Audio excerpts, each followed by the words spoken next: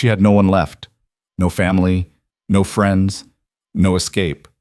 So at 2 a.m., bleeding and broken, she did the only thing she could. She called the most dangerous man she knew, and he came. If you've ever felt invisible, ever felt like the world had forgotten you existed, this story is for you. Stay until the very end, because Elena Moretti's journey from a locked bathroom floor to the throne of a criminal empire will change the way you see strength, survival, and what it truly means to be saved. Hit that like button and drop a comment telling me what city you're watching from. I want to see exactly how far this story travels. The bathroom door shook on its hinges, not for the first time that night, not even for the fifth. Elena Moretti had stopped counting the blows somewhere around the third or fourth, around the time the ringing in her ears had become a constant, steady hum, like a wire pulled too tight, vibrating at a frequency just below pain. She sat on the cold tile floor with her back pressed against the cabinet beneath the sink, knees drawn to her chest, the thin fabric of her blouse torn at the shoulder where Marco had grabbed her. Her left cheek throbbed. She could feel the swelling already, a slow, hot pulse beneath her skin that told her tomorrow would be worse than tonight. Tomorrow it would be purple and yellow. Tomorrow people would look at her and look away, which was somehow worse than being looked at. Elena. Marco's voice came through the door, low, dangerous, controlled in that way that always scared her more than his shouting. Open this door right now. She didn't move. I'm not angry. A pause. The kind of pause she had learned to read like weather, the silence before a storm decides which direction to break. I just want to talk. Come out and we'll talk. She pressed the back of her hand to her mouth and said nothing. The pounding resumed. The bathroom was small, a narrow rectangle of white tile and cold light, a single bulb overhead that buzzed faintly, a mirror above the sink that she was deliberately not looking at. She didn't need to see herself. She could feel herself clearly enough. The split in her lower lip, the ache in her ribs where she'd hit the edge of the kitchen counter, the raw skin on her wrists where he'd grabbed her and twisted. 3 years. 3 years of this particular education, and she still hadn't learned the most basic lesson, that it never got better. It only got quieter between the storms. Her phone lay on the tile beside her right knee. She'd grabbed it from the kitchen counter on her way to the bathroom. Instinct, some survival reflex she hadn't known she possessed, and now it glowed softly in the low light, patient and waiting. Elena stared at it. There was no one to call. That was the brutal truth of it, the thing she'd been avoiding thinking about for 3 years because thinking about it meant acknowledging how completely she'd let this relationship hollow her out. Her sister was in Denver and hadn't spoken to her in 8 months. The last conversation had ended with Elena defending Marco and her sister saying, I can't watch this anymore, and hanging up. Her friends from college had faded away one by one, not dramatically, but slowly, the way things disappear when you stop tending to them. She had co-workers, not friends. She had a life that looked normal from the outside and was falling apart on the inside. She had no one except... She stopped the thought before it fully formed. The bathroom door shook again. Something heavy this time. His shoulder maybe, or his fist with new purpose. The frame creaked. Elena picked up the phone. Her hands were shaking so badly that it took her 3 tries to navigate to her contacts. She scrolled past names she no longer trusted, past her sister's name that she couldn't bring herself to delete, past her landlord and her dentist and the Thai place on the corner, and she stopped. L. DeSantis. Work. She stared at the contact for a long moment. Luca DeSantis was her employer. She'd worked as his personal assistant for 14 months, answering correspondence, managing schedules, coordinating between his various legitimate business interests and the people who ran them. She was efficient and discreet and invisible, which was exactly what the job required. She came in, she did her work, she left. She did not ask questions. She did not look too long at the men who came and went through his offices, or the conversations that stopped when she entered a room, or the way Luca himself could make a person flinch simply by changing the quality of his attention. She was not naive. She knew what Luca DeSantis was. Everyone in the city knew what Luca DeSantis was. He was the kind of man you did not call at 2 a.m. He was the kind of man you did not put in your debt, did not ask for favors, did not remind that you existed outside the precise and professional context in which he had decided you existed. He was the kind of man who operated by a set of rules she didn't fully understand and didn't want to, because understanding them would mean inhabiting a world that she had spent her whole life trying to stay clear of. She pressed call. It rang twice. Elena. His voice was exactly what it always was, low, unhurried, carrying the particular weight of a man who had never once in his life been caught off guard. Not a question. Her name, stated as if her calling him at this hour was simply a fact he was acknowledging before proceeding. She opened her mouth. Nothing came out. The bathroom door shook again. Elena. His voice shifted slightly. Not warmer, exactly, but more focused. Talk to me. She stopped, pressed her lips together. Her voice came out smaller than she intended, cracked in a way that humiliated her. I'm sorry to call you. I know it's late. I know this isn't... Where are you? My apartment. She gave him the address. Her voice steadied slightly, as if the act of providing practical information gave her something to hold on to. I'm in the bathroom. He can't get in. Yet. A pause of about 2 seconds. He? My boyfriend. She swallowed. Yes, he's outside the door. Are you hurt? She almost said no out of reflex. The lie was so old, so practiced, it sat right there at the front of her mouth. Ready. Yes, she said instead, and felt something crack open in her chest. Stay in the bathroom. A sound in the background. Movement, purposeful and unhurried. Do not open that door for any reason. I'll be there in 12 minutes. You don't have to... Elena. Yes? I'm already in the car. The line went dead.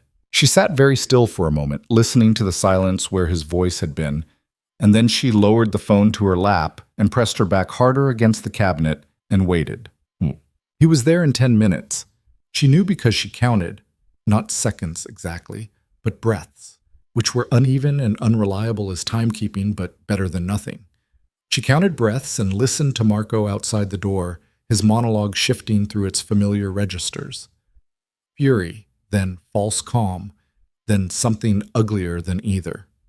Then she heard the front door of the apartment open, not breaking, not forced, just opened, as if it had been given no choice in the matter.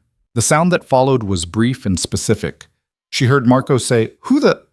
And then there was a sharp crash, the kind made by a human body encountering a wall, and then silence. The silence lasted about 15 seconds, then a knock on the bathroom door. Measured, unhurried, 3 distinct raps. It's me. She knew his voice. She stood up slowly, legs stiff from the cold tile, and unlocked the door. Luca DeSantis stood in her hallway, looking entirely out of place and entirely at ease, both at once, which was something she had noticed about him before. His ability to inhabit any space as if it had been built around him. He was tall, broad across the shoulders, wearing a dark jacket over a shirt with the collar undone, as if she'd caught him at the end of something or the beginning. His dark hair was slightly disheveled. His expression was calm in that particular way of his that had always read to her as the stillness before a decision. His eyes moved over her face, quick, methodical, cataloging. "Where else?" he said. She blinked. "What?" "You're holding your left side." He nodded at her hand, which she hadn't realized was pressed to her ribs. "Where else are you hurt?" She stopped trying to minimize. "My face, my wrists, my ribs. I don't think anything's broken." He nodded once, as if filing this information. "Can you walk?" "Yes." "Then let's go." She stepped into the hallway. Marco was slumped against the far wall of the living room, conscious, a hand pressed to his face. One of Luca's men, she hadn't even noticed him, which said something, stood nearby with the particular quality of stillness that meant he was ready for anything. Marco looked up at her, then he looked at Luca. Then he looked back at her, and something in his expression shifted from anger to something closer to calculation. The specific, ugly recalibration of a man who has just realized he has miscalculated badly. "Elena," he started. "Don't." Luca's voice was quiet and absolute and didn't even bother to be threatening, which was somehow more threatening than anything else he could have said. He didn't look at Marco when he spoke. He was putting his phone in his jacket pocket, attention already elsewhere. "You have 1 hour to be gone from this apartment." Leave her things exactly as they are. Do you understand what I'm telling you? Marco said nothing. Marco. Luca finally looked at him, and whatever was in that look made Marco press himself harder against the wall. Do you understand what I'm telling you? Yes, Marco said. Good. Luca turned toward the door. He paused, glancing back at Elena where she stood frozen in the middle of her own living room, and something in his expression shifted almost imperceptibly. Not softness, exactly. Something more complicated than that. Acknowledgement, maybe. Recognition. Elena. He gestured toward the door. Not impatiently, just precisely. She picked up her bag from beside the couch, the one she'd dropped when everything started. Her hands were still trembling. She followed him out the door without looking back at Marco, down the hallway that smelled like someone's dinner, into the elevator with its buzzing fluorescent light, out through the lobby and into the cold night air where a black car was idling at the curb.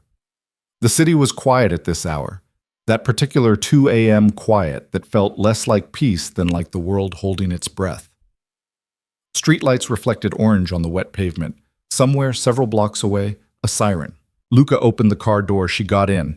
He came around to the other side and settled into the seat beside her, and the car pulled out into traffic without anyone saying a word. But for 3 blocks, neither of them spoke.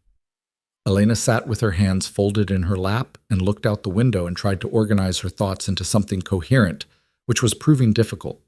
Everything felt slightly unreal. The familiar streets sliding past, the warmth of the car's interior, the impossibility of this particular situation. She was sitting in Luca DeSantis's car at 2 a.m, having just called him out of her apartment, a man who had been beating her. The sheer surreal weight of it kept pressing against her ability to process. You didn't have to come, she said finally. It wasn't what she meant to say. Or maybe it was. You called me. I know. She stopped. I didn't know who else to call. I know that's not your problem. I'll find somewhere else to go in the morning. I just needed... Elena. She stopped talking. You don't need to explain. He was looking out his own window, not at her, his profile cutting a clean line against the passing light. And you don't need to find somewhere else to go. She said nothing. You'll stay at the penthouse tonight. He said it the way he said most things, with the mild, settled confidence of a man stating facts rather than offering options. We can discuss the rest in the morning. I don't want to be... You're not. He glanced at her briefly. In the morning. She looked at him for a moment in the soft dark of the car's interior. This man she'd spent 14 months carefully not seeing, deliberately not registering, reducing to a title and a schedule and a set of professional obligations because it was safer that way. Seeing him fully felt dangerous, like looking directly at the sun. Why? She asked. The question came out before she could consider it. She watched him process it, the slight pause, the almost imperceptible tightening around his eyes. Because you called me, he said, and because you shouldn't have had to. It was not the answer she expected. She turned back to her window and pressed her lips together and focused on the city moving past, and she did not cry. She had stopped crying a long time ago, had learned to seal herself up in the specific way that people learn when crying doesn't help. But something in her chest shifted. A small, reluctant movement, like a door that had been locked for years turning on a hinge. The penthouse was on the 34th floor of a building in the city's financial district, and it was exactly what she would have expected from Luca DeSantis, which meant it was nothing like what she would have expected from anyone else. She had been to his offices before, sleek, minimal, designed to communicate authority without decoration. The penthouse was different. It was large, certainly, and expensive in that understated way that didn't announce itself, but it also had the specific quality of a place actually lived in by a specific person. Books on the shelves, real books, red books, with broken spines and occasional slips of paper marking pages. A half-finished glass of something amber on the kitchen counter. A window that ran the full width of the living room looking out over the city, which at this hour was a field of light stretching to the horizon. A woman appeared, mid-50s, with the brisk efficiency of long employment, who Luca introduced as Rosa. Rosa took one look at Elena, said something sharp to Luca in Italian that Elena didn't catch, and disappeared, returning 3 minutes later with a first aid kit, a glass of water, and the specific expression of a woman who had seen things and had learned to respond with practicality. "Sit," Rosa said to Elena, gesturing at the kitchen island. Elena sat. Rosa worked quietly and competently, cleaning the cut on her lip, examining the bruising on her cheek and wrists with the impersonal efficiency of someone who treated injuries as problems to be solved. Luca stood slightly apart, jacket off now, watching without hovering. "Nothing broken," Rosa said to him in English this time, a concession Elena understood to her. "Ribs are bruised, not cracked. She needs to ice the cheek and rest."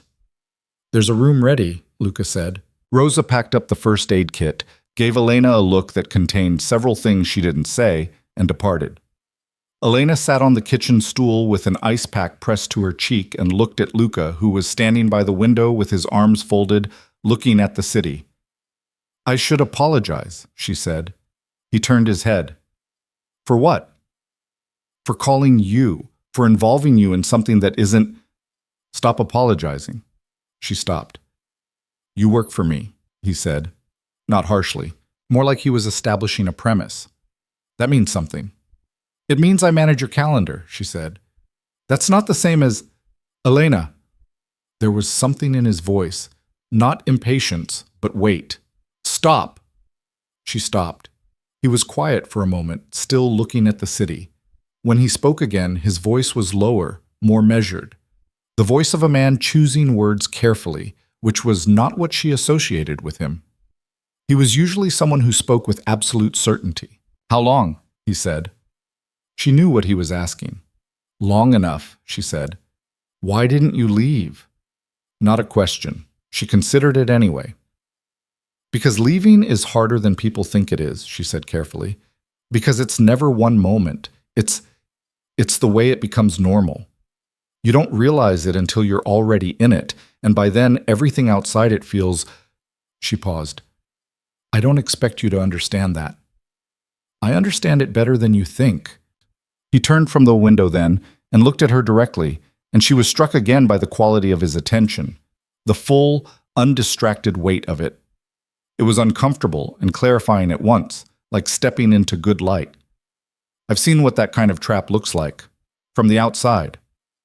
"Your work," she said carefully. He acknowledged this with the slight movement of his head that meant, "Yes, and let's not explore that further. You're safe here. That's what matters tonight. And tomorrow? Tomorrow we'll figure out tomorrow." He straightened, moved toward the hallway. "Rosa put you in the East Room. There's everything you need." He paused. "Do you want me to call anyone? Your sister?" She blinked. She hadn't known he knew about her sister, but then she managed his calendar. He would have seen the family emergency days she'd requested, the fragments of personal information that leaked through the edges of professional life. He noticed things. She'd always known that. "Not tonight," she said. He nodded. "Then sleep. We'll talk in the morning." He turned toward what she assumed was his own part of the apartment. "Luca." The name came out before she planned it. She'd been calling him Mr. DeSantis for 14 months, and the informality felt like stepping off a curb. He stopped, turned slightly. "Thank you," she said. "I know what I asked you to do tonight. I know the kind of man—" She stopped, tried again. "I know what you are, and you came anyway." He was quiet for a moment. Whatever moved across his face in that moment was too quick and too layered for her to read. "Get some sleep, Elena," he said. She did. She woke to daylight and the smell of coffee and the brief, disorientating confusion of unfamiliar surroundings, and then the return of everything that had happened, hitting her in sequence like a series of quiet waves. The bathroom floor, the phone in her hand, his voice. "I'm already in the car." She lay still for a moment, looking at the ceiling. The room was beautiful. Cream walls, heavy curtains that let in morning light in thin, warm strips. Furniture that was expensive without performing it. There was a clean change of clothes folded on the chair that she didn't ask about because she was learning that Luca DeSantis's world ran on preparation, and she was better served accepting its provisions than questioning them. She showered, dressed, and found the kitchen by following the smell of coffee. Rosa was there, moving efficiently around the space. Luca was at the kitchen island with papers and a phone, jacket off, looking for all the world like a man who had simply woken up and begun working, which she suspected was exactly what had happened. He looked up when she entered. "Coffee?" he said. "Please." She sat across from him. Rosa provided coffee without being asked and disappeared again with the smooth invisibility of long practice. Elena wrapped her hands around the mug and looked at the city beyond the window. Daylight showing it in its full detail, a sprawl of glass and concrete and possibility, and tried to figure out what to say. "I've arranged for your things to be brought from the apartment," Luca said, not looking up from his papers. She stared at him. "What?" "Your clothing, your personal items, whatever you need." He turned a page. "Marco will not be there. He won't be at your apartment again." She thought about asking how he could be sure of that. She decided not to. "I can't stay here," she said. "You can stay here until you have somewhere safe to go." He looked up then. "That's not a negotiation. It's what's happening." "Luca, you're useful to me." He said it plainly, without apology. "You're the best assistant I've had. I'd prefer not to replace you because your personal situation has become untenable." He paused. "And I'd prefer you were safe. Both of those things are true simultaneously." She looked at him for a moment. There was something almost restful about the directness, the complete absence of performative concern or anything that needed to be navigated for subtext. He said what he meant. She'd noticed that about him before professionally. It felt different in this context. "You're telling me I'm a business investment," she said. "I'm telling you the reasons that are easiest to say out loud." He held her gaze for a moment. "There are others." She didn't push. She drank her coffee. "There's something I need to tell you," he said. His tone shifted. Subtle, but she caught it. The quality of his attention changed, became more careful. She set down her mug. "All right?" He was quiet for a moment, seeming to choose his approach. "The work I do," he began, "is not what appears in public record. You know that." "I've always known that." "Then you know that knowing too much can be complicated." "I've been your assistant for 14 months, she said steadily. "I've managed your schedule, your correspondence, your connections to people whose names I've never said out loud. I've never asked a question I didn't need to ask, and I've never repeated anything I've heard. Whatever you think I know or don't know..." She stopped. "I'm not naive, Luca. I chose to work for you knowing what I knew." He looked at her for a long moment. "Why?" he said. "The same reason anyone does anything," she said. "The money was good, the work was straightforward, and I needed to disappear into a job that required so much discretion there was no room left for me to think about my own life." She paused. "That last part isn't something I'm proud of." Something moved across his face. Not quite a smile, but something warmer than what she usually got from him. "Honesty is underrated," he said. "Apparently we're both practicing it this morning." He almost smiled. She filed that away. "There's something happening," he said, his voice going back to that measured, careful register. "Something I've been working on for the better part of a year. A network." He paused, choosing words precisely. "People. Powerful people who've been running a trafficking operation through this city. Women. Most of them taken from places where no one will notice them missing." The air in the room changed. Elena went very still. "I've been working to dismantle it," he continued. "Not because I'm a good man. I won't ask you to believe that. But because this operation has been encroaching on my territory, using my city's infrastructure, and leaving a trail of damage that bleeds into everything I'm trying to hold together." He looked at her evenly. "And because some things cross lines that I don't cross." She was quiet, absorbing this. "How many women?" "Dozens that I know of, possibly more." "And you..." She stopped. "You're telling me this why?" "Because you're in my house," he said simply, "and because there's going to come a moment where what I'm doing and where you are overlap. I'd rather you know than not know." "Is it dangerous? For me? Being here?"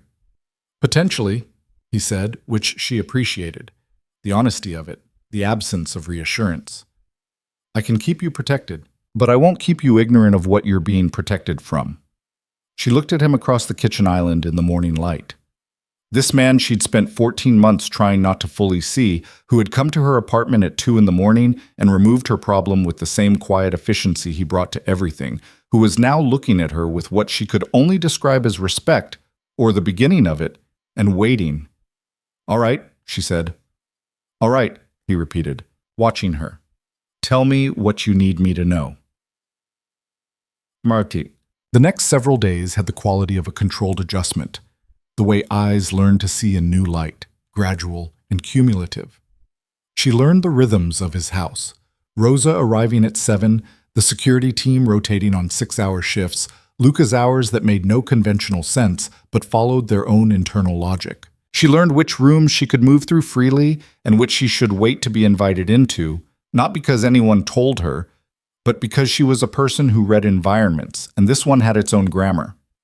Her things arrived from the apartment, a large, carefully packed series of boxes that appeared one afternoon while she was working, delivered with the same efficient invisibility as everything in this world.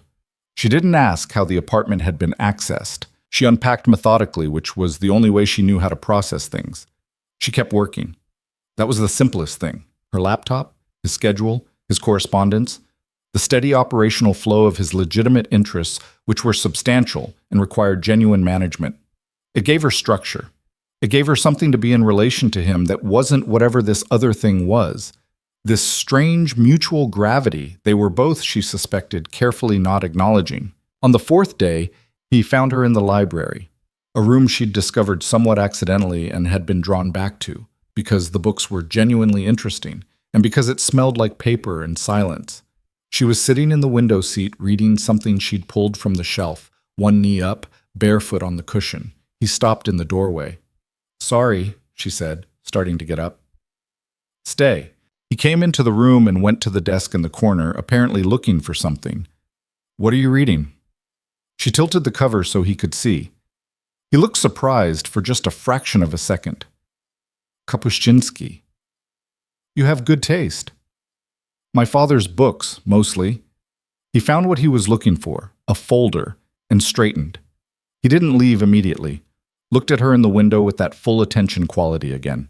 "How are you sleeping?" "Better than I was," she said honestly. "The bruising?" "Almost gone." He nodded, turned to go. Then, "There's a meeting tomorrow evening. I want you to be there." She looked up. "What kind of meeting?" "The kind where your being present is useful to me in a way that I'll explain tonight." He paused. "I'm not asking you to do anything dangerous. I'm asking you to be in a room and remember what you hear." She held his gaze. "That's what I do." "Yes," he said. "That's exactly what you do." He left her with the book and the afternoon light and the slow, unsteady recognition that the call she'd made 4 days ago hadn't just moved her from one place to another. It had moved her from one version of herself to another. She wasn't sure yet what the new version looked like. She was beginning to think she wanted to find out. The city stretched away below the penthouse windows that night, every light a life she'd never know, every street a story she'd never hear. Elena stood at the glass and looked at it, really looked at it, in a way she hadn't done in years. She'd spent so long trying to be small that she'd forgotten that the world was large. Her phone was on the counter behind her. She looked at it for a long moment, then she dialed. 2 rings. "Elena?" Her sister's voice, surprised, cautious, the particular caution of someone who'd been burned before and wasn't sure what this call was yet. "Hi," Elena said.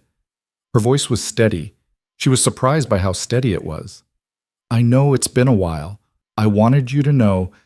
She stopped, started again. "I'm okay. Things have changed. I'm somewhere safe." She paused. "I'm sorry it took me this long." The silence on the other end was brief. Then, "Elena." Her sister's voice cracked slightly. "Oh, thank God." She stood at the window and talked to her sister for 20 minutes, which was 20 minutes longer than she'd managed in almost a year. And when she hung up, she stood there for a little while longer, looking at the city, feeling something return to her that she hadn't known was gone. Not safety, exactly. Something better than safety. Something that felt, tentatively and improbably, like herself. The meeting was tomorrow. There were things she didn't know yet, and things she was only beginning to understand. The city outside the window held its breath, the way it always did at the edge of something. And inside the penthouse on the 34th floor, Elena Moretti folded her arms and looked at her reflection in the dark glass and barely recognized the woman looking back. She wasn't sure yet whether that was a warning or a promise. Maybe, she thought, it was both. The meeting was held in a private room on the 14th floor of a building that officially housed an import consulting firm and unofficially housed whatever Luca DeSantis needed it to house on any given evening. Elena had been in many of his professional spaces, the main offices on Meridian Street, the conference suite in the Harlow building, the quiet back room of the restaurant on Vesta Avenue where he occasionally met with people whose names never appeared in correspondence. She had a practiced ability to read rooms quickly, to identify the geography of power in any given space, who sat where, who deferred to whom, what the silences meant. It was a skill she'd developed without knowing she was developing it, the way you develop certain muscles simply by moving through the world in a particular way. This room was different. It was smaller than she expected and darker, and the 6 men already seated around the table when she and Luca entered had the specific quality of men who were being extremely careful to appear relaxed. She recognized 2 of them, faces she'd seen in passing through Luca's offices, names she'd typed into schedules without context. The other 4 were strangers, and 3 of those 4 had the practiced blankness of professional danger. The 4th was watching her. He was perhaps 50, heavy-set, with the kind of groomed respectability that expensive suits and careful grooming can produce, the surface impression of a legitimate businessman, if you didn't look at his eyes. His eyes were doing the thing that certain men's eyes do when a woman enters a room: cataloging, assessing, deciding what category to assign her to. She'd spent her life being placed in the irrelevant category by men like this, which was, she had learned, occasionally useful. "Gentlemen," Luca said, settling into the chair at the head of the table with that unhurried authority she was becoming accustomed to. "Thank you for coming." He didn't introduce Elena. She took the chair slightly behind and to his right. Not at the table exactly, but present. A position that said assistant clearly enough that the men around the table filed her into their mental furniture and moved on. The heavy-set man's gaze lingered a moment longer than the others before he too looked away. She opened her notebook. The meeting was on its surface about real estate, port development, warehouse leasing, something about container logistics. The language was technical and dense, and she wrote it down with the same careful neutrality she brought to all of Luca's meetings. But she was also listening to the other language, the one beneath the words, in the pauses and the deflections, and the particular way certain men looked at other certain men when specific topics arose. And she was learning something. The heavy-set man, introduced only as Renner, kept redirecting. Whenever the conversation moved toward the southern warehouse district, toward the specific pier that came up 3 times in oblique reference, toward the logistics company called Albatross Freight, whose name appeared on 2 of the documents on the table, Renner would speak and the conversation would veer. Smoothly. Practiced. The way water redirects around a stone. He was protecting something. She wrote Albatross, Southern Pier in her notebook in the margin, small enough to be invisible to anyone who wasn't looking for it, and kept her face exactly as neutral as it always was. 40 minutes later, when the meeting concluded and the men dispersed into the building's various exits, she and Luca rode the elevator down in silence. His driver pulled the car around. The city moved past the windows. Late evening now, the streets transitioning from the end of one world into the beginning of another. "Albatross Freight," she said. He turned his head. "He moved every time someone got close to it," she continued. 3 times. The Southern Pier, he let the northern warehouses go without a fight, but the Southern Pier, he kept pulling attention away from. And the documents on the table, the 3rd one down had a routing code on the header that the others didn't. I didn't recognize the format. Luca was looking at her with an expression she hadn't seen from him before. Not surprise exactly. Something more like the specific attention of a person who has just received information they already suspected was true about someone, now confirmed. "You saw all of that," he said. "I see everything," she said. "I always have. I just never had a reason to say it out loud." He was quiet for a moment. "The routing code. Do you remember it?" She recited it from memory. He took out his phone and typed something, put it away. looked out the window with that particular focused stillness of his, and she understood that something she'd said had connected to something he already knew, had completed a circuit she hadn't seen the full shape of. "You're wasted managing my calendar," he said finally. "Probably," she agreed. Something that was almost amusement moved across his face. He didn't quite smile. She was starting to believe that Luca DeSantis's full smiles were rare enough to be significant, but the quality of the air between them shifted slightly, like a change in pressure before weather. "I need to tell you more," he said, "about what this actually is." "I know. Tomorrow morning. I'll be there." They rode the rest of the way back in the particular silence of two people who have just recalibrated their understanding of each other, and she sat with the feeling, strange, new, something she didn't have immediate language for, of being seen.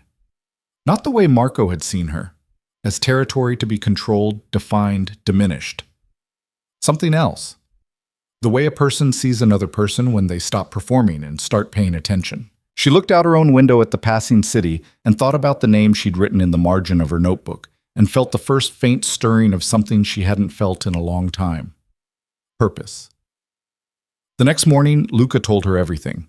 They sat at the kitchen island with coffee and the city bright and distant behind him, and he laid it out with the same precision he brought to all things, methodical, honest, without drama. An organization called the Meridian Syndicate had been operating a trafficking network through the city's port infrastructure for the better part of 3 years. Women, mostly young, mostly from places where their disappearances created minimal institutional response. Recruited under fraudulent employment contracts, moved through a system of safe houses and transit points, processed through shell companies whose paper trail was sophisticated enough to deflect casual investigation. "Renner," she said. "He's a logistics coordinator. Middle management." There was something in Luca's voice, a measured contempt, carefully contained.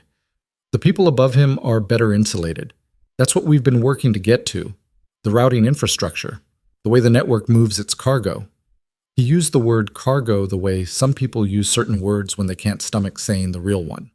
"It all runs through a central hub. We know it's in the southern port district. We haven't been able to confirm the specific location." "Albatross Freight," Elena said. "That's the shell we've been watching. But there are 3 warehouses associated with that company's logistics chain. We need to know which one is active." He looked at her. "What Renner was protecting last night. That tells us something. But not enough." She turned her coffee mug in her hands, thinking. "He'll be at the Delancey event on Thursday," she said. "It's in your calendar. The Harlow Foundation dinner. He's on the attendee list. I added his name 2 weeks ago." Luca went still in the specific way he went still when information aligned with something important. "He's attending?" +1. She paused. "He's been to 3 Harlow Foundation events in the past 8 months. I noticed because his name kept appearing in your secondary correspondence. Not addressed to you, but adjacent to you. Organizations you both support. Events you both attend." She met his gaze. "He's been trying to get closer to you for months. He wants something from you." "He wants protection," Luca said, and there was something dark and flat in his voice. "He's worried his insulation is thinning. He wants to move under my umbrella. Which means he might talk. If he believed it was safe." He looked at her steadily. "If he believed he was talking to someone who already knew enough that telling them the rest wasn't a risk."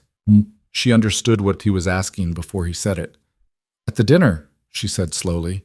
"If I were there, not as your assistant. As someone I brought personally." His tone was careful, precise. "Someone he'd read as significant, someone worth impressing, someone he might say something to that he wouldn't say to me." She held his gaze. "You're asking me to work a room." "I'm asking you to do what you already do," he said. "Pay attention. Be present. Let him believe you're someone he should talk to." He paused. "I'm not asking you to put yourself in danger. You'll be in a room full of people. I'll be there. If at any point, I'll do it," she said. He looked at her. "You don't have to decide right now." "I know." She set down her mug. "I've already decided." Something passed through his expression again. That layered, too quick thing she was learning to watch for. The place where his control was most precise was also, she was realizing, the place where he was most carefully containing something else. "There are things you'd need to know," he said, about how these people read situations, about what to say and what not to say, and how to read what's actually being communicated. Then teach me, she said. We have 3 days. He taught her. It was unlike any professional development she'd ever undergone, not because the content was strange, though it was, but because of the quality of attention he brought to it. They worked in the evenings, after the ordinary business of the day was done, in the library where she'd been reading when he first suggested the meeting. He taught her how to read a conversation at 2 levels simultaneously, how to create the impression of knowing more than you were saying, how to let silence do work, how to recognize the moment when someone was deciding whether to trust you, and how to hold yourself in that moment. She was a fast student. She'd always been a fast student. It was one of the things that had made her useful to him professionally. This ability to absorb information quickly and apply it without visible effort.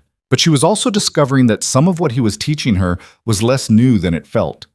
She'd been reading rooms and managing silences and calibrating her presentation for years. Out of necessity, out of survival, in the specific intensive schooling of living with someone who hurt you and required constant navigation. The tools were the same. The application was simply different. She said this to him on the second evening without planning to. He was quiet for a moment after. That's one of the uglier ironies, he said. What is? That survival teaches skills that shouldn't have to be learned that way. He looked at her, directly, with that full attention. You're sharp, Elena. You've always been sharp. That didn't come from him. That came from you. She looked at her hands on the table. He didn't make you capable, Luca continued, with a deliberateness that told her he was choosing this precisely. He just gave you a terrible context to practice in. She was quiet for a moment, then, that might be the most useful thing anyone has ever said to me. It's true. I know. She looked up. That's why it's useful. He held her gaze for a moment longer than he needed to. Then he looked down at the notes between them and said, The Meridian Syndicate has a contact in city government. We don't know who yet. That's the other piece.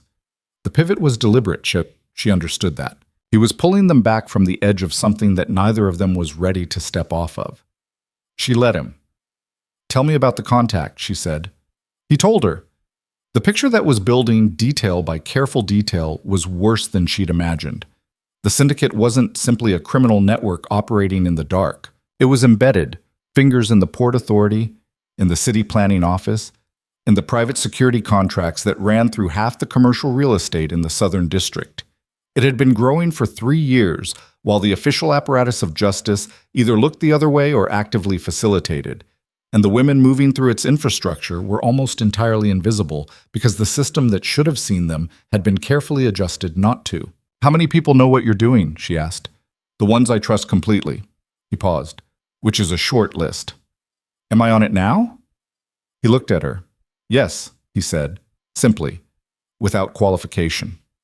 She felt the weight of that, the specific gravity of being trusted by this particular man, which was not nothing.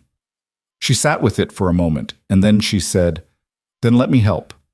Not just Thursday, after Thursday, whatever you need. He was quiet for long enough that she thought he was going to redirect again. Then, we'll see what Thursday tells us first. All right. She closed her notebook. But I mean it. I know you mean it, he said. That's not what I'm weighing. Then what are you weighing? He looked at her for a moment, and there it was again, that carefully contained thing, the thing behind the control that she'd been learning to read, the way she'd learned to read everything else about him. Whether the cost to you is worth what you're offering, he said. She held his gaze. That should be my decision. Yes, he said quietly. It should.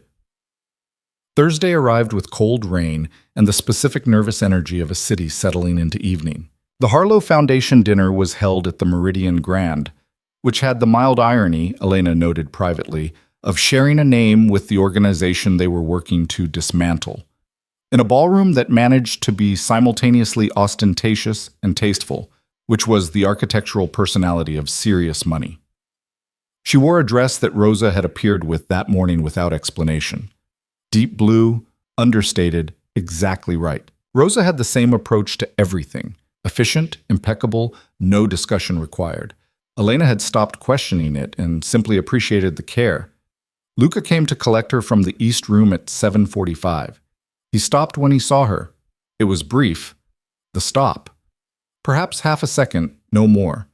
But she'd gotten good at reading him, and she caught it. "Ready?" he said. "Yes." He offered his arm in the doorway, and she took it, and they walked out into the rain-polished evening together. And she thought about the fact that 10 days ago she'd been on a bathroom floor, and now she was this, whatever this was. The world moved strangely. The only thing to do was move with it. The ballroom was full of the particular kind of people who attended these events. Money and ambition in equal proportion.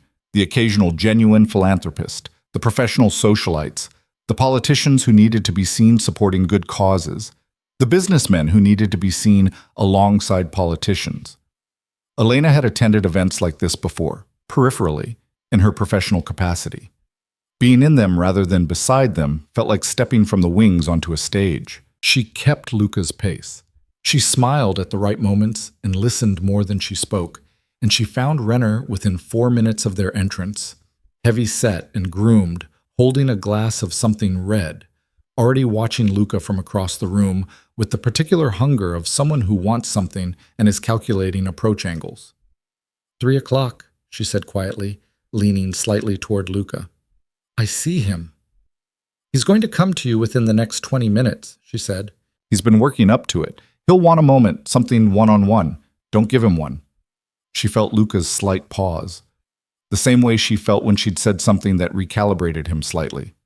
"Why not?" "Because he'll perform for you," she said. "He'll give you what he thinks you want. Let him perform for me instead. He doesn't know how to calibrate for me. I'm new information. People say more to new information." Another pause. "All right," he said. And then after a moment, "You're good at this." "You taught me." "I gave you vocabulary," he said. "The instinct is yours." She moved through the evening with the careful purposefulness of someone who knows exactly how much work they're doing while appearing to do none. She let Renner find her at the bar during a moment when Luca was engaged with someone else. Let him mistake her solitude for opportunity. Let him introduce himself with that practiced social warmth that she'd learned to read as a performance of safety. They talked about the foundation, about the city, about real estate, because men like Renner always eventually got to real estate. She asked careful questions that let him be smart. People always said more when they were being given the chance to demonstrate intelligence, and she listened to what he didn't say as carefully as what he did. He was afraid.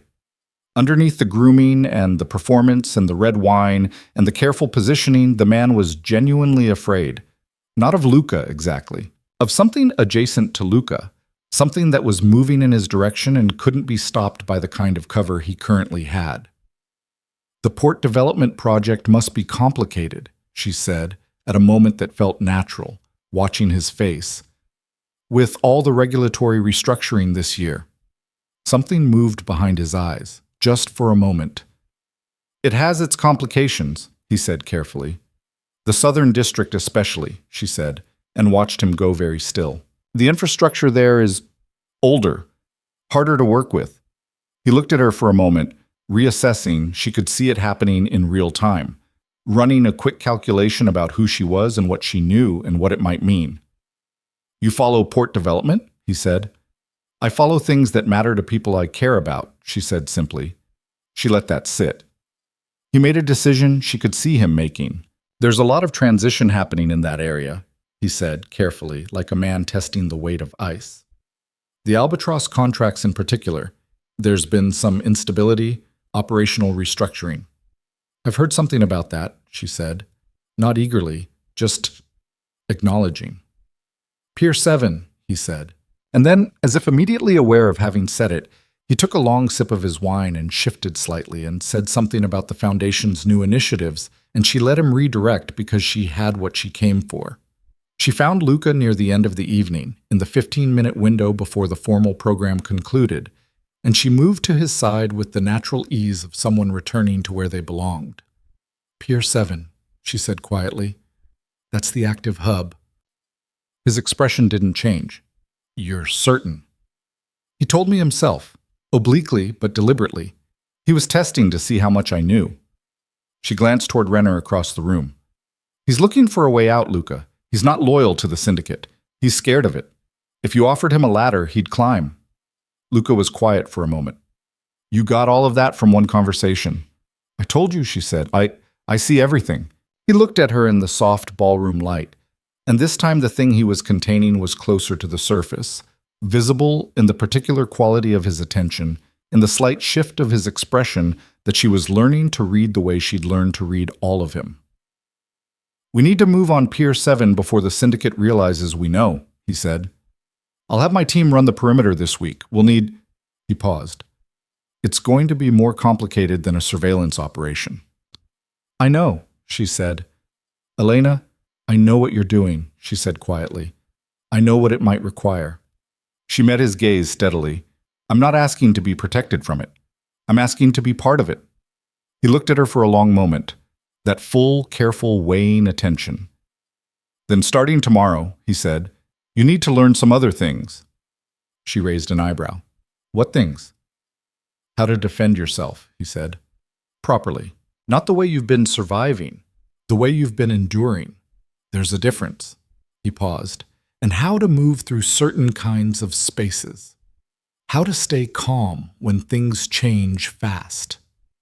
She thought about the bathroom floor, about the way she'd sat there counting breaths, entirely passive, waiting to be rescued. She thought about how she felt standing in this ballroom right now. Different, not rescued. Something else. Something that felt like it had been assembled from pieces she'd always had and had never been given permission to use. All right, she said. He nodded, and then, so briefly that she almost missed it. You did well tonight. We did well, she said, and this time he smiled. Small, barely there, gone almost as quickly as it appeared, but real. She catalogued it carefully, the way she catalogued everything. The car ride home was different from the one 10 nights ago. The same city, the same darkness, the same two people in the back of the same black car, but the specific gravity between them had shifted, the way a room shifts when furniture is rearranged, not unrecognizable, reconfigured. Can I ask you something? She said. Yes. The women, she said, the ones in the syndicate's network. Do you know anything specific about them? Where they're from, who they... Some of them, he said. His voice was carefully level in a way that told her the question had landed somewhere it mattered. My contact in the Port Authority has given us names. Fragments. A pause. Most of them are young, early 20s, a few younger. She absorbed this. After, she said, when this is over, what happens to them? He turned his head toward her. What do you mean? I mean, they won't just be released and fine, she said. They'll need things. Resources, support, help rebuilding. She stopped, organized her thoughts. I'm good at organizing things, at knowing what people need and how to connect them to it. She paused. I want to be part of that. After. He was quiet for long enough that she thought she'd overstepped. Then, I've been thinking about that as well, he said. The infrastructure. What comes after the operation? And I think that's a conversation worth having. He looked at her. After, she agreed. Outside the window, the city moved past. Its 10,000 lights, its 10,000 stories, its layers of beauty and damage stacked on top of each other like geological strata. She'd lived in this city for 5 years, and she'd never really seen it, had moved through it with her eyes down, making herself small, occupying as little space as possible. She looked at it now and felt something that she carefully examined before she trusted. Not recklessness, not the borrowed courage of an extraordinary situation, but something quieter and more durable than either. Something that had always been there, waiting in the dark for the right conditions. When they reached the penthouse and rode the elevator up and emerged into the warm, particular quiet of that high, sheltered space, she paused in the hallway.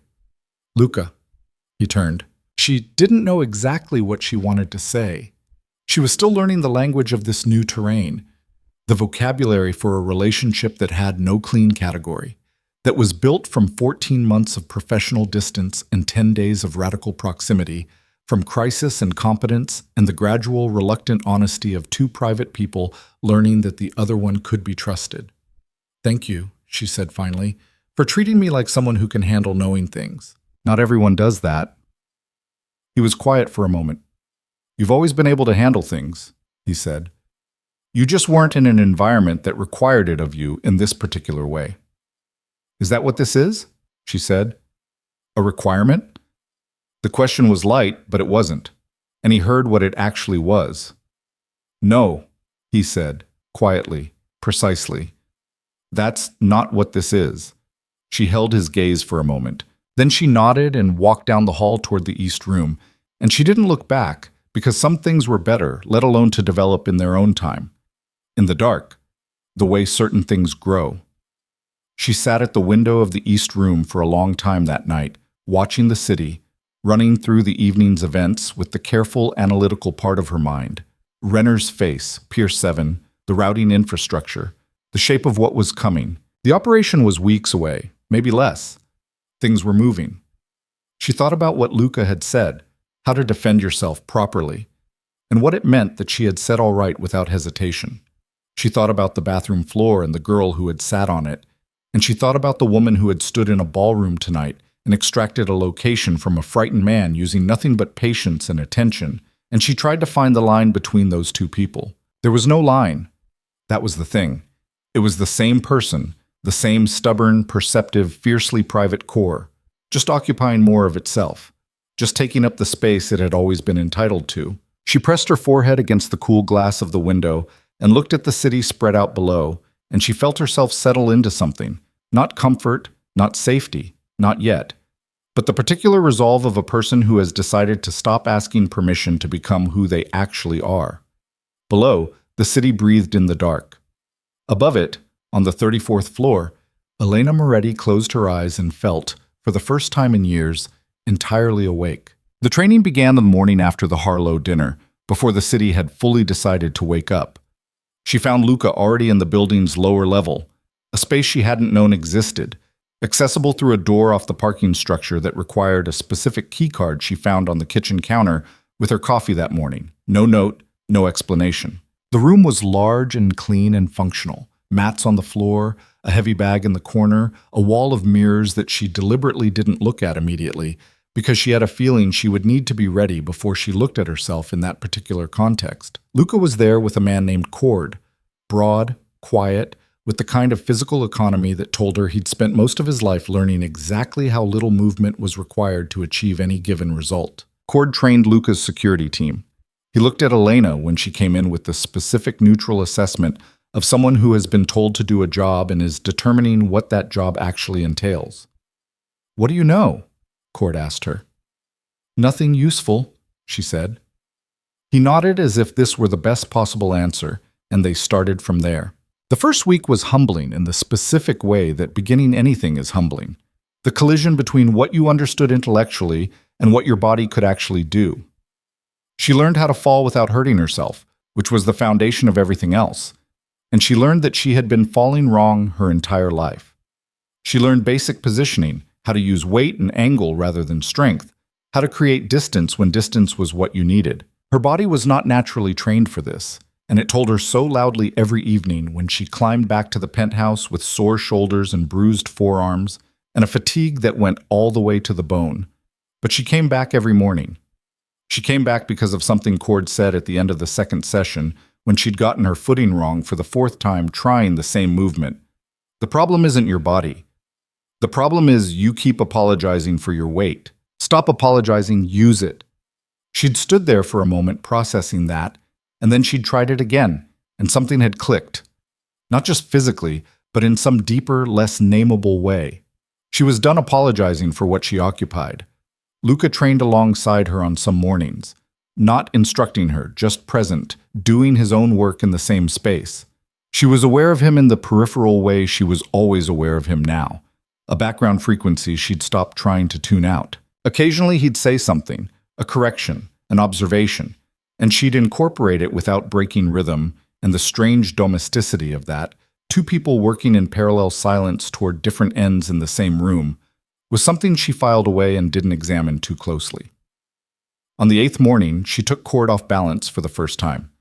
He recovered in half a second, and they both knew he'd let the opening exist a beat longer than necessary to see if she'd take it. But she'd taken it cleanly, with the right mechanics, and when they reset, he gave her the slight nod that she'd learned was his version of high praise. She glanced toward Luca, who was working with the heavy bag on the far side of the room. He was watching her. He looked away first. She didn't say anything about it, but she noticed. The days surrounding the training had their own texture, the ordinary machinery of Luca's business world continuing to turn, her role in it evolving without either of them formally acknowledging that it had. She was still managing his schedule, still handling his correspondence, but she was also in rooms she hadn't been in before, hearing conversations that weren't filtered for her consumption, sitting at tables where the language was direct and sometimes brutal, and where nobody paused to ask if she was all right with that. She was all right with that, more than all right. She was learning the architecture of his empire, not just its official face, but its actual structure, the load-bearing walls and the pressure points, and the places where stress accumulated. She learned which of his lieutenants were loyal out of genuine belief and which out of calculation, which could be trusted in a crisis and which would optimize for their own survival the moment things got complicated. She learned to read the city the way he read it, not as streets and neighborhoods, but as systems, as flows of power and money and leverage, as a living organism that required constant tending. It was on the 11th day after the Harlow dinner that everything began to move. She was in the library. It had become her room within the penthouse, the place she defaulted to when thinking needed doing. When Luca came in at nearly midnight with a specific look on his face that she'd only seen twice before, and both times it had preceded action. "We have a timeline," he said. She closed the book. "Tell me." He sat across from her, leaning forward with his forearms on his knees, and he spoke with the compressed precision of a man who had just processed a great deal of information and distilled it to its essentials. The surveillance of Pier 7 had confirmed it as the active hub. The syndicate was moving a significant number of women through it within the next 72 hours. A large transfer, bigger than their usual operational cadence, which suggested either a schedule change or a response to pressure from somewhere in the network's chain. "Renner," she said. Luca looked at her. "He talked to me at the dinner," she said.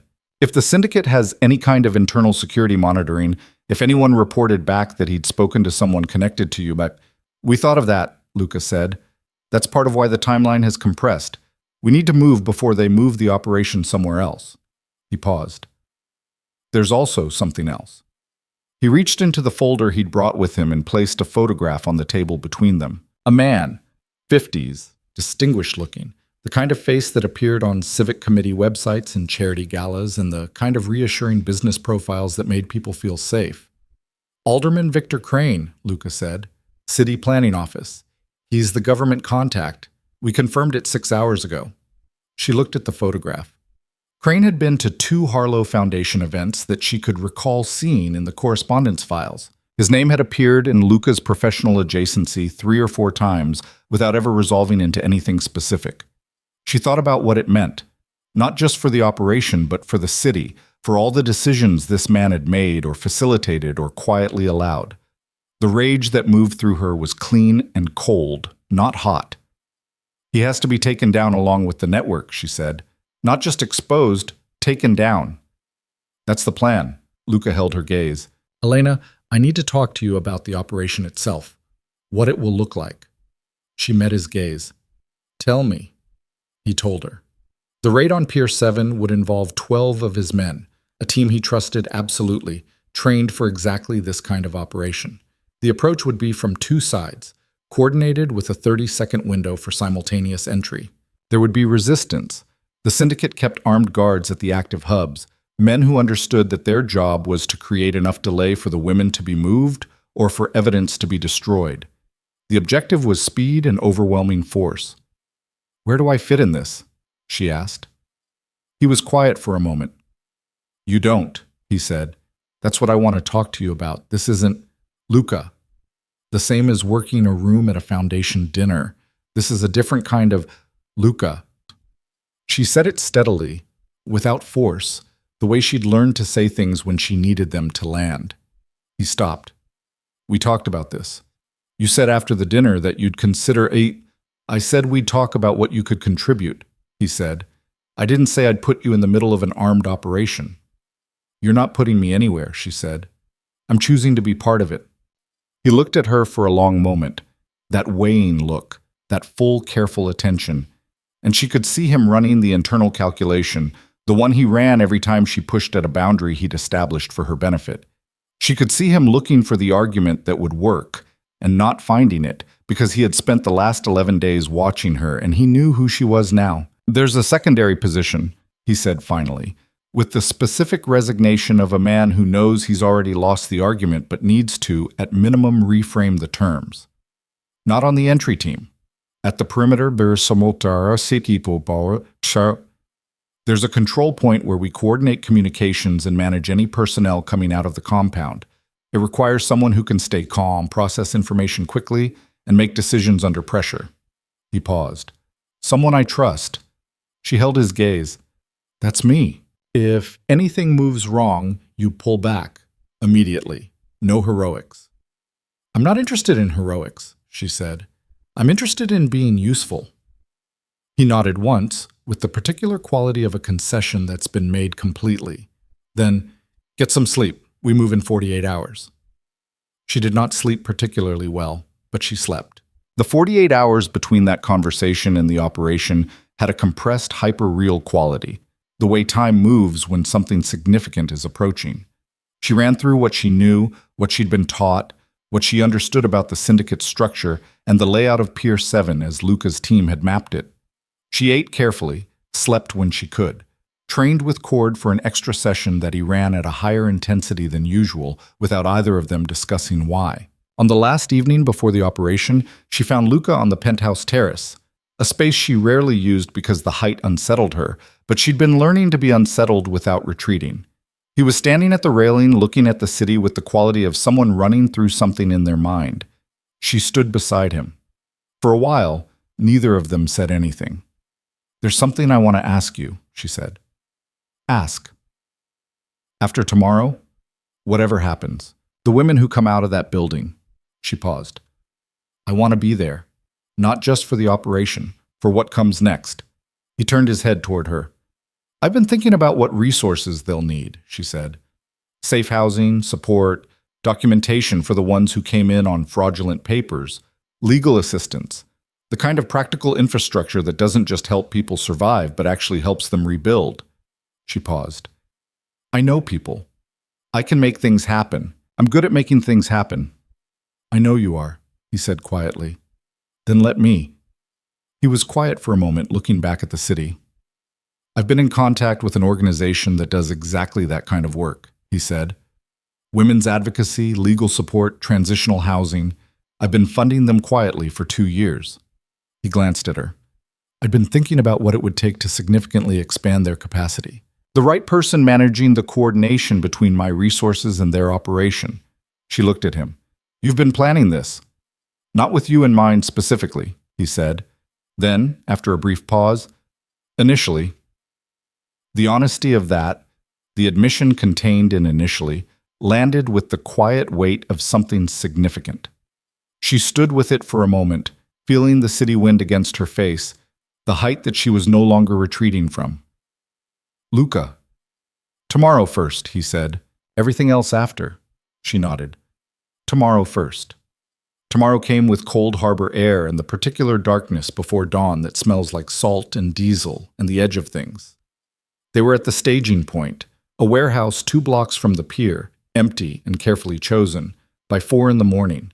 12 men and Elena, all moving with the quiet purposefulness of a plan being executed by people who had rehearsed it until it lived in their muscles. She was stationed at the perimeter control point, which was a position at the east corner of the compound's outer fence, elevated on a service structure that gave sight lines to both entry points and the building's main exits.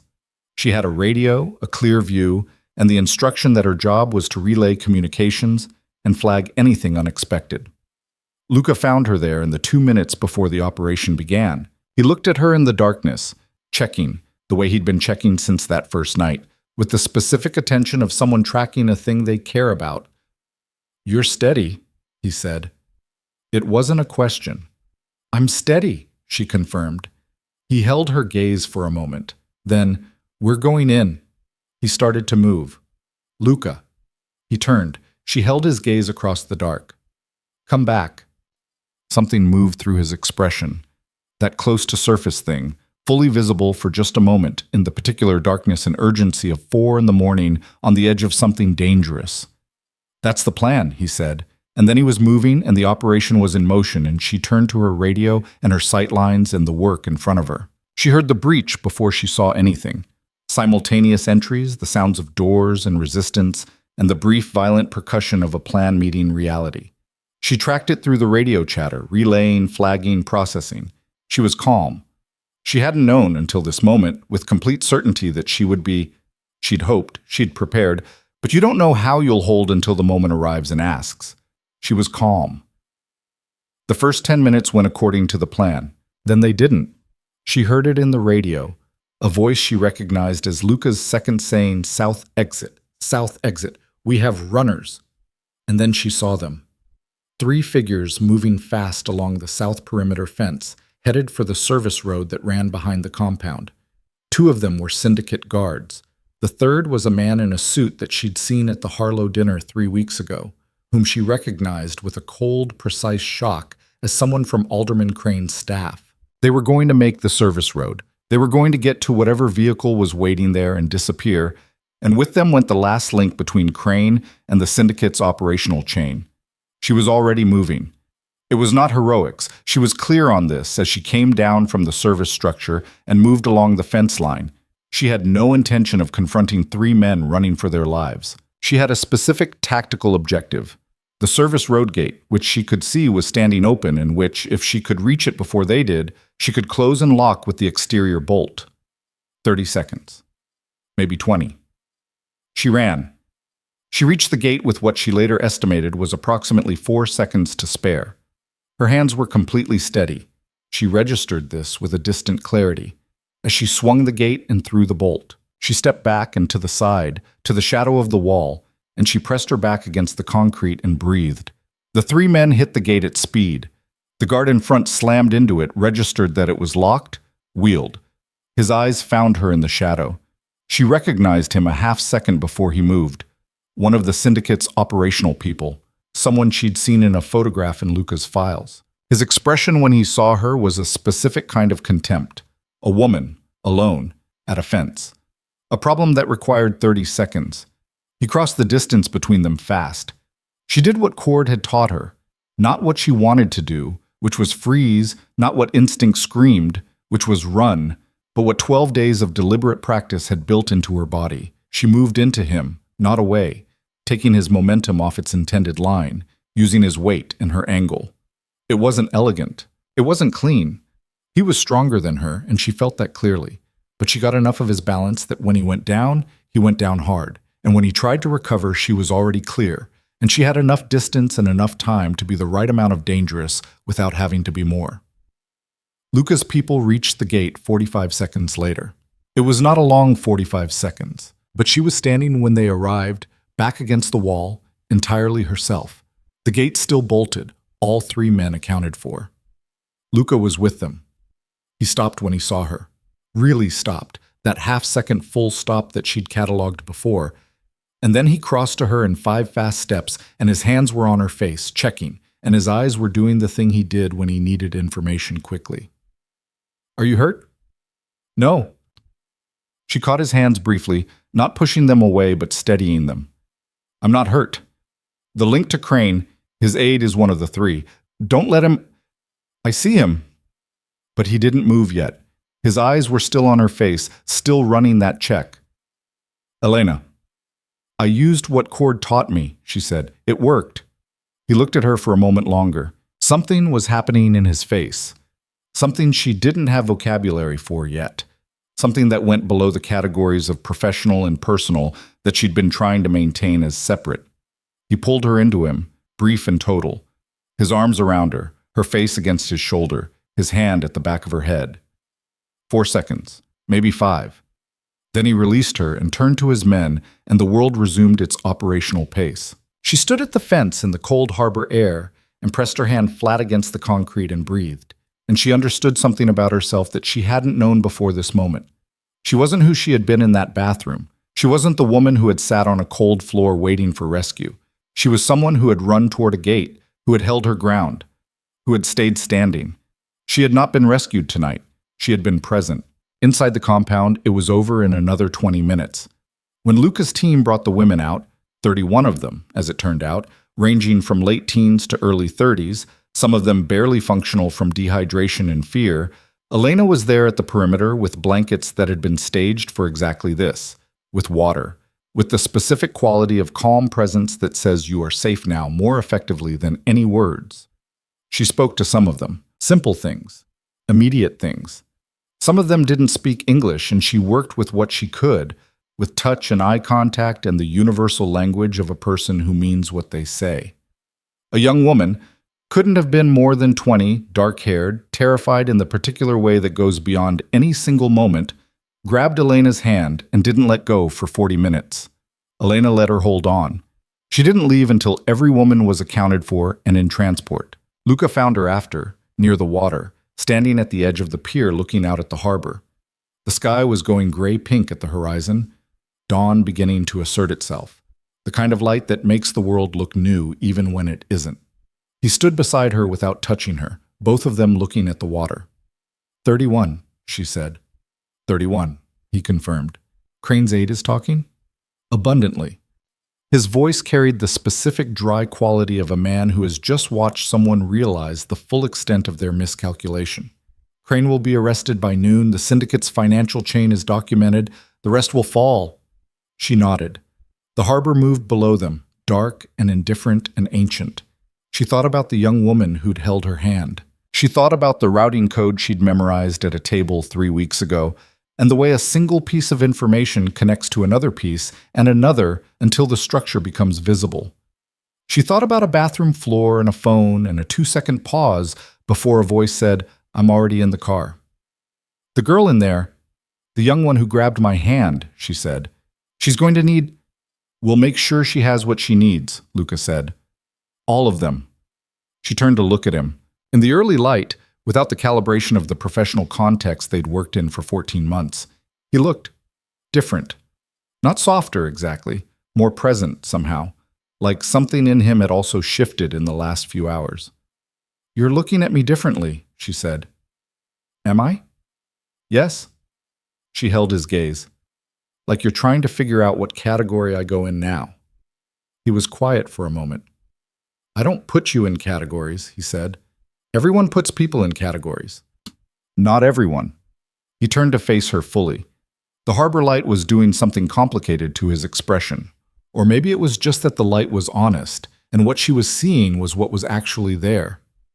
Some people resist categorization. They're the only ones worth paying attention to. She looked at him for a moment. "That might be the most honest thing you've ever said to me."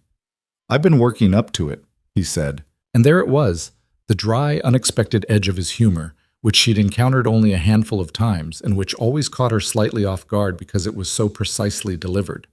She felt the laugh before she could decide whether to let it happen, and then she let it happen, and it came out genuine and startled, and she heard him respond, not quite a laugh, but something close, that quiet, almost smile becoming something more open. She looked back at the harbor. The dawn was coming up fast now, gold spreading across the water, the city beginning to stir behind them. Everything felt simultaneously exhausted and entirely awake. "I want to go back and check on the women," she said, "before they're moved. I'll take you. And then I want to sleep for approximately 12 years. "Reasonable," he said. She started to move. He fell into step beside her, and for a moment, just a moment, the back of his hand brushed hers, the brief, deliberate contact of a person who has decided to acknowledge something, and she let it happen, didn't pull away, kept walking at the same pace. The city was waking up. The sky was getting light. 31 women were being moved to safety, and Victor Crane was about to have the worst morning of his life, and the Meridian Syndicate's infrastructure was crumbling under the weight of what a routing code and a foundation dinner and a locked gate had set in motion. She had run toward danger. She had used her body to protect something. She had stood at the fence in the harbor dark and remained herself. She had not been the girl in the bathroom. She had not needed rescue. What she had been, what she was, standing in this cold, gold dawn, with salt air in her lungs, and the man beside her who had answered when she called was something she was still learning the name for. But she was learning it, deliberately, clearly, without apology. She was awake in the world, and the world was awake around her, and that was enough. For now, that was more than enough. Victor Crane was arrested at 11:47 in the morning. Elena watched it happen on the small television in the penthouse kitchen. A news crew had been positioned outside City Hall, either by luck or by someone who'd known to be there, and they caught the moment in full, Crane in his gray suit walking down the front steps of the building, two federal agents converging from either side with the specific purposeful stride of people executing a plan. He stopped. He looked at the agents with the expression of a man who had been telling himself for weeks that this moment wouldn't come. And then the expression shifted into something emptier as the cuffs went on. She set down her coffee mug. Rosa appeared beside her, looked at the screen, made a sound in Italian that required no translation, and went back to what she was doing. Luca was on the phone in the next room. He'd been on the phone since 6 that morning, which was approximately the time she'd finally slept, and she had no idea when or whether he'd slept at all. She could hear the particular tone of his voice through the wall without making out words. Controlled, precise, the slightly clipped quality that meant he was managing multiple moving pieces simultaneously. She looked at the television for another moment. Crane being guided into a dark car, the footage already looping because it was the only footage they had. And then she turned away and thought about the 31 women who were, at this moment, in a transitional facility on the city's west side that Luca's organization had quietly made available overnight. She needed to go there. She'd been thinking about it since before she slept. The logistics of what those women needed, what existed versus what needed to be built, how the resources Luca had described could be translated into actual support structures in real time. She'd been lying in the dark, running frameworks in her head, which was how her mind processed things, which was why she was generally more useful than people expected when they looked at her. She found paper and started writing. She was still writing, 3 pages in, organized by category. Immediate needs, medium-term, structural, when Luca appeared in the kitchen doorway. He looked like a man who had been awake for 20-plus hours and was operating on will alone, though you'd have to know him to read it. His jacket was off, his sleeves rolled to the forearm, his hair doing the slightly disheveled thing it did when he'd been running his hand through it, which he did when he was processing. He looked at the pages spread across the island. "What is this?" "Infrastructure," she said. "The women at the facility, I've been working through what they'll need immediately versus what needs to be built over the next few months. I want to go there today." He crossed to the island and looked at what she'd written. She watched his eyes move across the pages, quickly, taking it in. He was quiet for a moment. "This is thorough," he said. "I've been thinking about it since the pier." "Elena, you slept for 4 hours." "I know. I'll sleep more tonight." She paused. "Can you get me access to the facility?" He looked at her for a moment with that particular expression, the one that had been becoming more frequent in the past weeks, where he seemed to be absorbing something about her that kept arriving in new configurations. "I'll take you myself," he said. You need to sleep." "After." He picked up one of the pages, read it more carefully. "The legal support structure, you're thinking about their documentation status. Several of them are here on fraudulent papers. They're going to need proper documentation or they'll fall through cracks in the system. There are organizations that do this kind of work, but they need funding, and they need someone who can navigate between the legal infrastructure and the underground reality." She paused. "That's a very specific kind of coordination." He set the page down. "The organization I mentioned, the Women's Advocacy Group, they have a legal division. It's under-resourced." "Then let's change that." He looked at her across the kitchen island in the bright morning light, and something settled in his expression. A decision being made, or a decision already made, being acknowledged. "You understand," he said carefully, "that the money I'd be putting into this isn't clean." "I understand what you are," she said. "I've always understood what you are." She held his gaze. "The money these women need to rebuild their lives isn't going to come from somewhere clean. It's going to come from somewhere that has it. I'd rather it be you than no one." He was quiet. "That might be the most pragmatic thing you've ever said to me," he said. "I've been learning from someone who's very pragmatic." That almost smile. "Get your coat," he said. The drive to the West Side facility took 20 minutes. She used them to brief him on the rest of what she'd written, the medium-term framework, the coordination points, the gaps she'd identified.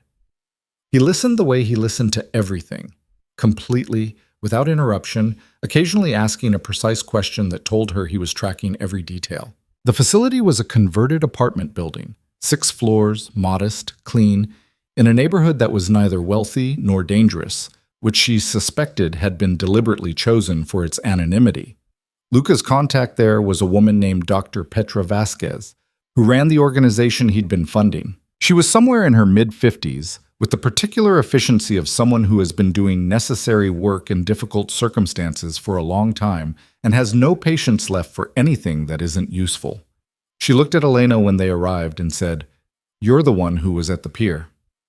"Yes," Elena said. Dr. Vasquez nodded once, as if something had been confirmed, and took them inside. The next 4 hours remade Elena's understanding of several things simultaneously. She had thought she knew something about damage. She'd lived with it. She'd survived it. She thought she had a working map of what violence could do to a person. Walking through those corridors, talking to the women there, or sitting with those who couldn't talk yet, or simply being present for those who needed someone to be present, revised that map completely. Not in a way that broke her, but in a way that deepened her, that made certain things that had seemed important before seem very small. The young woman from the pier, the dark-haired one who'd grabbed her hand and held it for 40 minutes, was there. Her name was Sarah. She was 19 from a city 3,000 miles away, and she'd been in the syndicate's network for 4 months. When Elena came into the room she was in, Sarah looked up from the corner where she was sitting and something moved through her expression. Recognition, and then something more complex, some slow recalibration from fear towards something that wasn't yet safety, but was pointed in that direction. Elena sat on the floor beside her, because that was where Sarah was, and they sat together for a while without speaking. Later, much later, she found Luca in Dr. Vasquez's office, which was barely large enough for a desk and 2 chairs, and the stacked files that took up every available surface. He was standing near the window talking to Vasquez in the low, specific way he talked when he was committing to something. Elena stood in the doorway for a moment and watched. "The legal division needs 4 additional staff," Vasquez was saying. "Not volunteers, people who can commit to this full-time. The documentation backlog alone. I'll fund it," Luca said. "Whatever number you need. Give Elena the specifics." He glanced toward the doorway and she stepped in. "She'll be coordinating the expansion from my end." Vasquez looked at Elena with an expression that was simultaneously assessing and approving. "You have organizational experience?" 14 months managing one of the most complex operational schedules in the city, Elena said. "And I'm personally motivated." Vasquez almost smiled. "Good enough." They left the facility as the afternoon was going gray, both of them quieter than they'd arrived. She sat in the back of the car and looked at her hands and thought about Sarah in the corner of that room and about the 20-year-old version of herself who had done a calculation about safety and arrived at entirely the wrong answer and paid for it for 3 years. She thought about all the women who made those calculations and arrived at wrong answers, not because they were foolish, but because the system around them was constructed to narrow their options until only the wrong answers remained. "I want to be involved in the organization permanently," she said. Luca turned his head. "Not just the expansion, not just the transition from the Pier 7 operation." She met his gaze. "This work, Vasquez's work, the advocacy, the support infrastructure. I want to be part of it, as a real role, not a coordination favor." He held her gaze for a moment. "Elena, you know what your work with me involves, the kind of world we're operating in. The people who know my name and what I do." He paused carefully. "There will be people who'll try to use you because of your connection to me. That's not nothing." "I know. It's dangerous." "I know that too." She didn't break his gaze. "You protected me when I needed protecting. I'm not asking to be protected from this. I'm asking to be trusted to navigate it." He was quiet for a long moment, the city moving past the windows around them. "When I first put you in that position," he said slowly, "as my assistant, I did it because you were exceptional at the work, and because having someone that efficient and that discreet was invaluable." He paused. I told myself it was entirely professional. She held very still. It was mostly professional, he said, with the specific self-awareness of someone who knows the difference. And then things changed. When did they change? She asked. Her voice was steady, but she was aware of her heartbeat. He considered. The fourth morning at the facility, he said, when you got cored off balance. I was watching from across the room. You didn't know you'd gotten the movement right until it happened.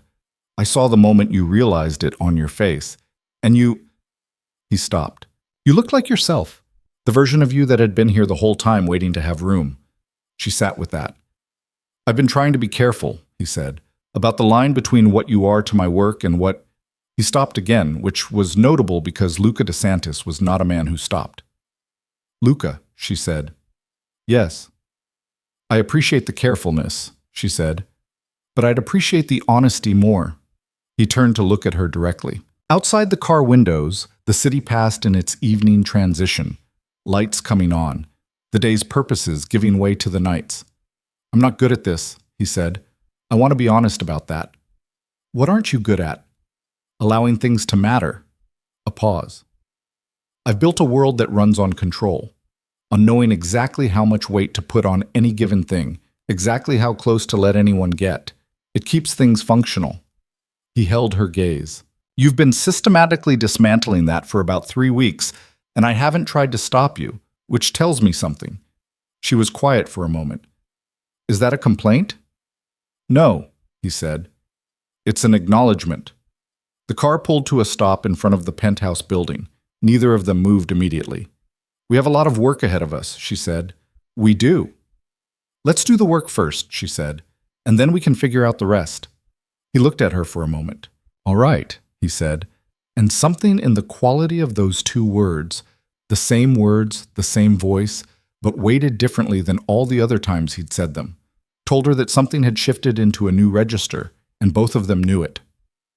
The week that followed was the most operationally intensive of Elena's life, which was saying something given the weeks that had preceded it. Crane's arrest had sent tremors through the city's connected power structures, the kind of tremors that happen when a load-bearing element fails unexpectedly, where everything adjacent starts recalculating its exposure. Luca's position in that recalculation was complex.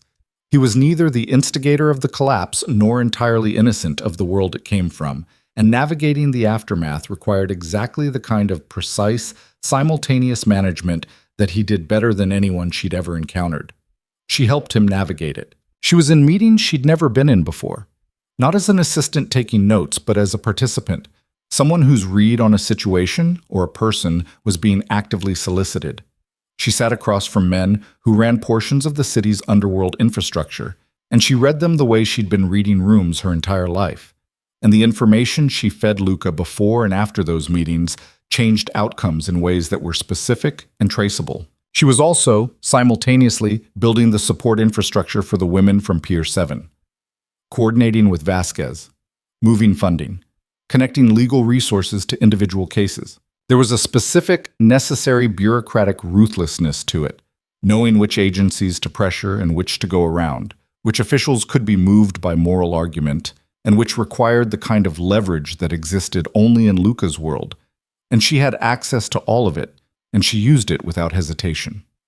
Sarah got her documentation in 11 days. Elena drove her to the appointment herself. On the way back, Sarah said, in careful, limited English, "You are his wife?" Elena had laughed, surprised out of it. "No," she said. "I work for him." Sarah had looked at her with the specific skepticism of a 19-year-old who has survived things that required reading people accurately. "That is not what it looks like," she said. Elena had kept her eyes on the road. "What does it look like?" Sarah had considered. "Like he is afraid to lose you," she said. "Like you don't know it yet." The conversation had stayed with her. She'd turned it over in subsequent days the way you turn over something that fits in the palm of your hand. Familiar and strange at once. She thought about the things Luca had said in the car. She thought about the way he'd looked at her in the harbor dawn, and the 4-second hold at the pier fence, and the particular quality of his attention that had been different from the beginning, different from the way he looked at anything else in his world. She thought about what she wanted, which was something she'd stopped asking herself a long time ago because the answer had always been either impossible or dangerous. It was on a Thursday evening, 3 weeks after the pier, 2 weeks into the infrastructure work, that the external threat arrived. She was working late in the library when Luca came in with the specific quality of control that meant something had happened that required full management. He sat across from her and told her, without preamble, what it was. A man named Dorian Voss had been running the Meridian Syndicate's upper management. He'd been insulated from Crane and Renner and all the operational layers that had collapsed. Several degrees removed, his connection to the network documented, but not in ways that created immediate legal exposure. He was still free, still resourced, and he had identified Elena as the variable that had destabilized his operation. He knows about the dinner, Luca said. About Renner. He's tracked the sequence. He paused. He's made a communication to certain people in my network suggesting that the disruption of the syndicate originated with my personal situation. The word personal carried a specific weight. He's characterizing you as a liability, a way to get to me. She absorbed this. What does he want? She asked. To rebuild, Luca said. He's approaching other families about the syndicate's vacated infrastructure. He wants to demonstrate that I've been weakened, that having a attachment. He stopped. He's using you as evidence that I've become vulnerable. She looked at him steadily. Is that what you think? He held her gaze. No. Then what do you plan to do? What Luca DeSantis planned to do, and did, over the following 4 days, was a masterclass in the specific kind of power she'd been learning to understand. He called a meeting, not a quiet meeting, not a strategic consultation, an explicit, formal gathering of every significant family and organization in the city's power structure that Voss had been approaching. He gathered them in a space that announced itself, the private dining room of the Meridian Grand, which she noted with dry appreciation, and he spoke to them. Elena was there. He told her she didn't have to be. I know, she'd said. I want to be there. She sat at the table in a position that was not assistant behind and to the right. She sat beside him. He'd placed her there, which was its own communication, and she understood that and sat with it without flinching. He spoke for 11 minutes. She'd never heard him speak at length before. She'd heard him in meetings, in the compressed, precise exchanges of men doing business. And this was different. This was Luca DeSantis without the compression, saying what was true with the full weight of who he was. He told the assembled families what Elena had done, not in the self-congratulatory style of a man who wanted credit by association, but specifically, accurately, without decoration. What she'd identified at the initial meeting, what she'd extracted at the Harlow dinner, what she'd done at Pier 7. He laid it out as a factual record, and around the table she watched faces shift from their starting positions toward something more attentive. Then he said, "She is not a vulnerability. She is my partner. And I am saying that plainly and publicly so that there is no ambiguity in any room she walks into from this point forward." He paused, and when he continued, his voice had a quality she hadn't heard before, still controlled, but carrying something underneath it, something with a different kind of force. Dorian Voss is suggesting that caring about someone makes a man weak. I'd like to clarify my position on that. Any action taken against Elena Moretti, by anyone for any reason, will be understood as a declaration of war against everything I have built and everyone who operates under my protection. That is not a threat. It is a statement of fact. The room was quiet. She kept her expression steady and her hands loose on the table, and she looked at each face in the room as it absorbed what had been said. Some of them recalculated quickly. She could see it happening, the rapid internal adjustment of people who understood power and had just received new information about its arrangement. Some of them looked at her directly, with a new quality of attention that was assessment rather than dismissal. She let them look. She met every gaze without moving. When they departed, she and Luca were the last ones at the table. Rosa, who'd been stationed by the door for reasons Elena hadn't asked about, disappeared. The room was quiet. Expensive furniture and soft light, and the particular silence after a significant thing has happened. "You didn't have to do that," she said. "I know. It changes things." Publicly declaring, it changes things correctly," he said. He turned toward her. In the lamplight, With the room empty and the performed control of the meeting now unnecessary, he looked simply himself, which was something, she had come to understand, that Luca DeSantis gave very few people access to. Elena, there are things I should have said before tonight, more clearly. You said what needed to be said tonight. That was for them, he said. This is for you. He held her gaze with that full, unguarded attention.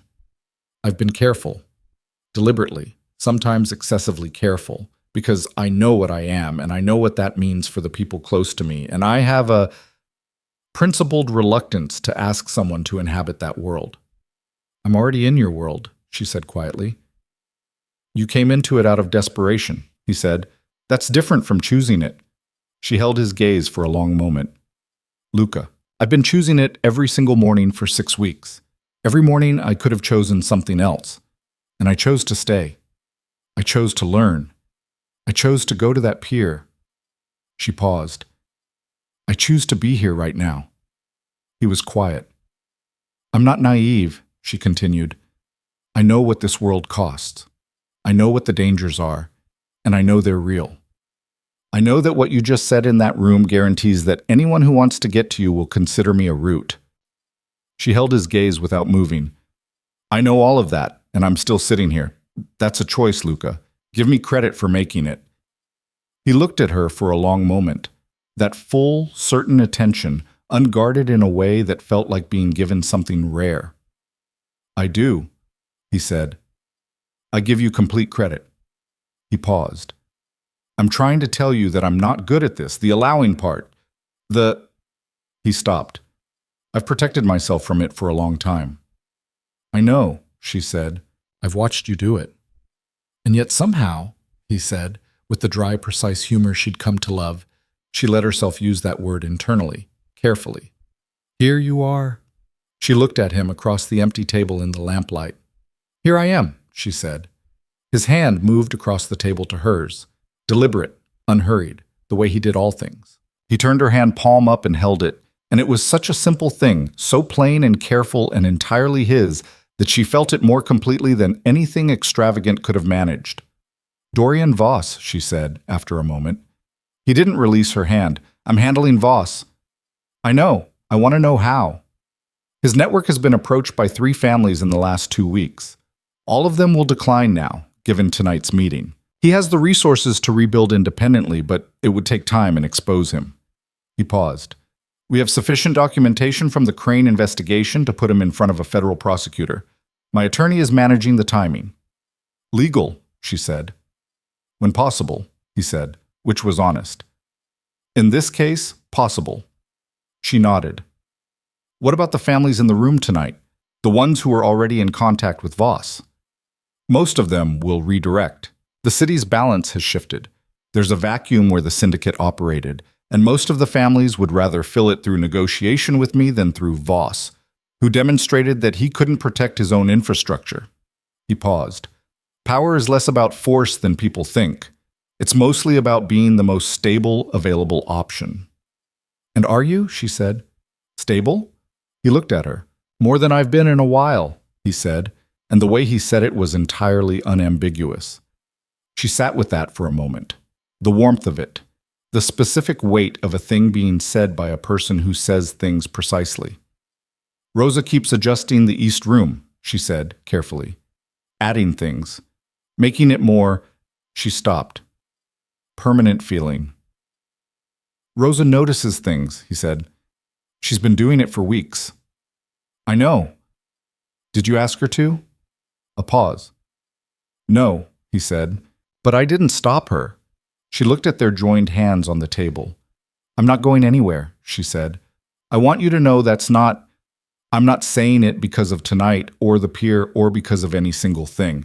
I'm saying it because I've looked at all of it and I'm choosing it. Elena. His voice was low and certain and entirely itself. Yes? I know, he said. The way he said it, simple, grounded, carrying everything, was more than a longer speech could have held. They stayed at the table for a while longer, the lamplight warm around them, the city's ambient sound coming through the windows, everything outside continuing its complex and indifferent motion. She thought about Sarah, who had documentation now and a room at the facility, and Dr. Vasquez had told her that morning had started helping with translation for two of the other women. She thought about Vasquez's legal division, which by the end of the week would have 4 new staff. She thought about Crane in custody and Voss's network contracting and the 31 women who had walked out of a compound into a world that was, incrementally and imperfectly, being made safer.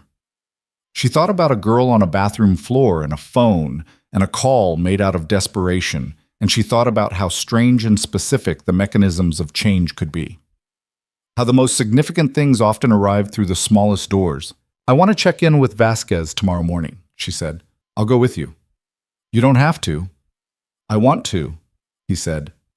Simply. She looked at him across the table. "All right," she said. Outside, the city breathed in the dark, complex and dangerous and full of beauty and damage stacked in layers. Inside, in a well-lit room in the Meridian Grand, 2 people sat at a table and held hands and said the true things they meant, and the night moved around them, and the work that remained was large and real, and they were both, in their particular ways, exactly equal to it. Dorian Voss was indicted on a Tuesday morning in early spring, 6 weeks after the meeting at the Meridian Grand. Elena was at the facility when it happened, in Dr. Vasquez's office, working through the logistics of the new legal division's caseload, when her phone buzzed with a message from Luca. 2 words: "It's done." She set the phone face down on the desk and sat for a moment with the specific, quiet weight of a thing being finished. Not celebrated, she had learned in the months since the Pier that justice in the world she inhabited rarely arrived with fanfare. It arrived like this: a text message, 2 words, a Tuesday morning, the city continuing outside the window without any visible acknowledgement that something significant had been resolved. She picked the phone back up and typed back, "I know." Then she returned to the caseload. Vasquez, who missed nothing, looked up from across the desk. "Good news?" "Voss," Elena said. Vasquez made the same sound Rosa made when something satisfied her. Short, decisive, requiring no elaboration, and went back to her files. The legal division had been operational for 4 weeks. It had 4 attorneys, 2 paralegals, and a case coordinator named James, who had the specific, invaluable quality of being able to talk to anyone, regardless of background or circumstance, and make them feel understood. They had processed documentation for 19 of the 31 Pier 7 women. The other 12 were in various stages, some waiting on verification from agencies in other countries, some navigating the particular complexity of having entered the country under names that weren't their own. Sarah's case had been the first closed. Elena had been there when Vasquez handed her the completed paperwork, and she had watched Sarah hold the documents and look at them for a long time without speaking, and she had understood, without needing it explained, exactly what a piece of paper could mean when it was the difference between existing and not existing in the eyes of the world. The work had a texture she hadn't anticipated. She'd expected it to be hard, emotionally, logistically, in the specific way that any significant undertaking is hard. She hadn't expected it to be in its own way the most clarifying thing she'd ever done. Every morning she woke up knowing precisely what the work was for. Every evening she could point to something specific, a case advanced, a connection made, a woman who had options today that she hadn't had yesterday. And it was solid in a way that nothing in her previous life had been solid. She was also, simultaneously, running the coordination between Luca's organization and the expanding network of legitimate institutions that the post-syndicate landscape was making possible. This was more complex work, less clean at the edges, requiring the ability to operate in the gray zone where Luca's world and the official world overlapped and often contradicted. She was good at it. She'd been good at it since before she knew she was doing it, and now she was doing it with full awareness and full authority, which was different in the way that doing anything with full awareness is different. Luca had been watching this evolution with the specific quality of a person who keeps discovering new information about someone they thought they already understood. He'd said something to her one evening. They were in the kitchen, the unremarkable domesticity of a weeknight at the penthouse, Rosa gone for the day, and both of them eating something simple that Elena had made because cooking turned out to be something she did well when she had a kitchen and the space. And the reason?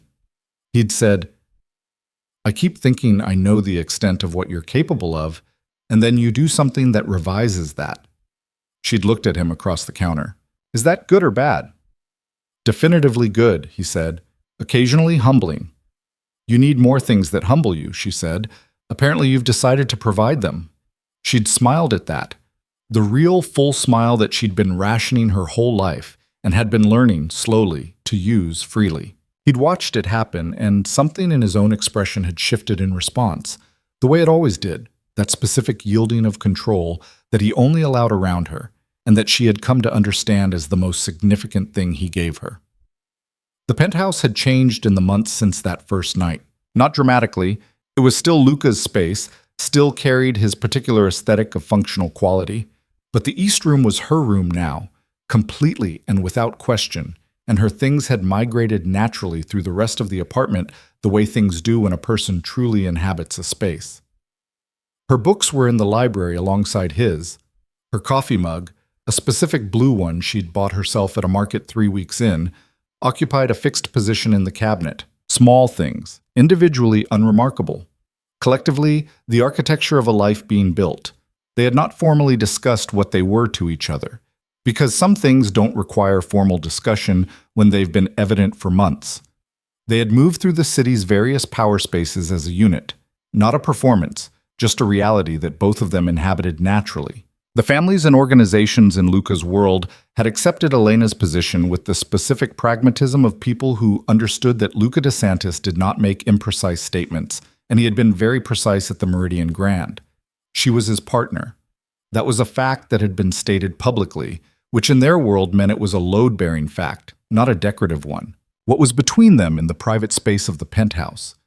The evening conversations in the library, the mornings that started together and diverged into their respective work and occasionally converged again at unexpected points in the day, the way they had learned to read each other's silences as fluently as their speech.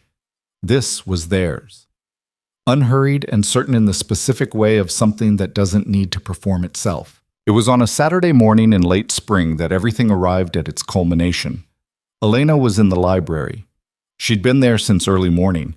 It was still her thinking room, the place she went when she needed to process something or simply be with herself, which was a need she'd always had and had been learning to honor. She was reading, which she did most mornings that permitted it, but she was also aware of Luca moving through the apartment in the background, sounds she'd learned to read, the specific quality of his presence even at a distance. When he came in, he was carrying 2 coffees, which he set on the table. He didn't sit. He stood in the middle of the room with the quality of a person who has decided to do something and is in the moment just before doing it, fully present, slightly more still than usual. She looked at him over her book. Something happened, she said. No, he said. Nothing happened. I'm here because I want to say something. She set the book down. He was quiet for a moment. The particular quality of his quiet that wasn't hesitation, but preparation, the way he always paused before saying things that mattered. I've been thinking about how I want to say this, he said, and I've decided that overthinking it is counterproductive, and the most honest version is just the plain one. She waited. I want to marry you, he said. Not will you marry me? Not a question, not performed. A statement in his particular way with the full weight of a man who says what he means when he finally decides to say it. I want you to be my wife. I want the life we've been building to be the permanent life. I want... He paused, and something in his expression moved into the fully unguarded register that she only ever saw here, in this room, with her. I want to stop being careful about wanting it. She sat very still. I know what I'm asking, he continued. I know what it means, the world I'm asking you to stand in. I know it isn't clean, and I know it has costs, and I know there are things that come with my name that I can't remove from the equation. He held her gaze with absolute steadiness. I also know that you've looked at all of it. You've seen every part of it, the work, the danger, the moral weight of the territory I operate in, and you've made your choices with full information. So I'm not asking you to accept something you don't understand. I'm asking you to accept it formally, permanently. She looked at him for a long moment. I've been waiting for this, she said. Something shifted in his expression. Have you? Since approximately the Harlow dinner, she said. I didn't know what exactly I was waiting for, but yes. He crossed the room and sat across from her, not on the chair, on the table's edge, closer than usual, and took her hand in the way he had at the Meridian Grand, palm up, deliberate. "Is that a yes?" he said, and there was the edge of his dry humor underneath it, but underneath that something else. A genuine, unguarded uncertainty that she'd never heard from him before, and that meant more to her than any certainty could have. "Yes," she said. He looked at her for a moment, and in the morning light of the library, with the city bright and complex beyond the windows, she saw what she'd been learning to see for months. Not the controlled public face, not the precise professional authority, but the actual man. The one who had come to her apartment at 2 a.m. without asking questions. The one who had taught her to defend herself with a specificity that was also care. The one who said, "I'm already in the car," when she had nothing and no one, and had called the most dangerous number in her phone. He reached into his jacket pocket and placed something on the table beside her book. She looked at it. A ring. Not elaborate, not performing itself. A single dark stone on a plain band, understated and precise. Exactly his aesthetic. Exactly right. "Rosa helped," he said. "Of course she did. She was going to come in and do this part herself if I didn't manage it within the week." Elena laughed. The real, unguarded laugh that had become more frequent in these months, that she gave freely now, that was its own kind of thing she'd recovered. She picked up the ring and looked at it, and then she looked at him. "Put it on," she said. He took it from her hand and placed it on her finger with the same care he brought to all things, and she looked at it sitting there on her hand and felt the weight of it. Not heavy, just present. Real. "The work isn't going to stop," she said after a moment. "No. Vasquez needs 3 more case coordinators by fall. The Southern District's power restructuring still has 3 unresolved pressure points. And I've been talking to a contact at the city's housing authority about a transitional housing expansion that would require—" "Elena," he said. "Yes?" "I know," he said, with that specific certain quality. "All of it. I know." She looked at him. "I'm not going to become someone who manages the household and attends events and represents the family without having my own." "I know that too," he said. "I'd be genuinely alarmed if you did." She sat with that for a moment. "You're very easy to say yes to," she said, "given that I spent most of my life in situations where yes was the dangerous word." Something moved through his expression. Recognition of what that cost, of what it meant that she was offering it. "I'm aware," he said quietly. "I don't take it lightly. I know you don't." She looked at the ring again, then back at him. "That's why I said it. I said—" They stayed in the library for a while after that, coffees going warm, the morning moving forward at its own pace, the city doing its endless, complicated work outside the windows. They talked about things both large and small, the fall expansion of the legal division, the housing authority contact she'd mentioned, the specific power restructuring in the Southern District that Luca had been managing with the careful incremental patience that characterized everything he did well. They talked about her sister, who had visited twice in the past 2 months, and who had met Luca with the specific wariness of a person protecting someone they love, and who had departed the second visit with the equally specific quality of someone who had recalibrated their assessment significantly. They talked about Sarah, who had enrolled in a community college program and who came to the facility twice a week to help with translation, and who had told Elena last week, in considerably better English than the Pier, that she wanted to study law. "We could fund her education," Elena said. "Already done," Luca said. "Vasquez asked me 3 weeks ago." She looked at him. "You didn't tell me." "You were managing 17 other things. I managed this one." She considered arguing that she should have been told, and decided instead that this was what partnership actually looked like in practice. Not the performance of consultation on every decision, but genuine trust in each other's judgment, the confidence that the other person's choices were made from shared values even when you weren't in the room. She was learning that. It required the same unlearning as everything else. The habituated self-protection. The assumption that if someone made decisions without her involvement, it was because she was being diminished rather than because she was simply trusted.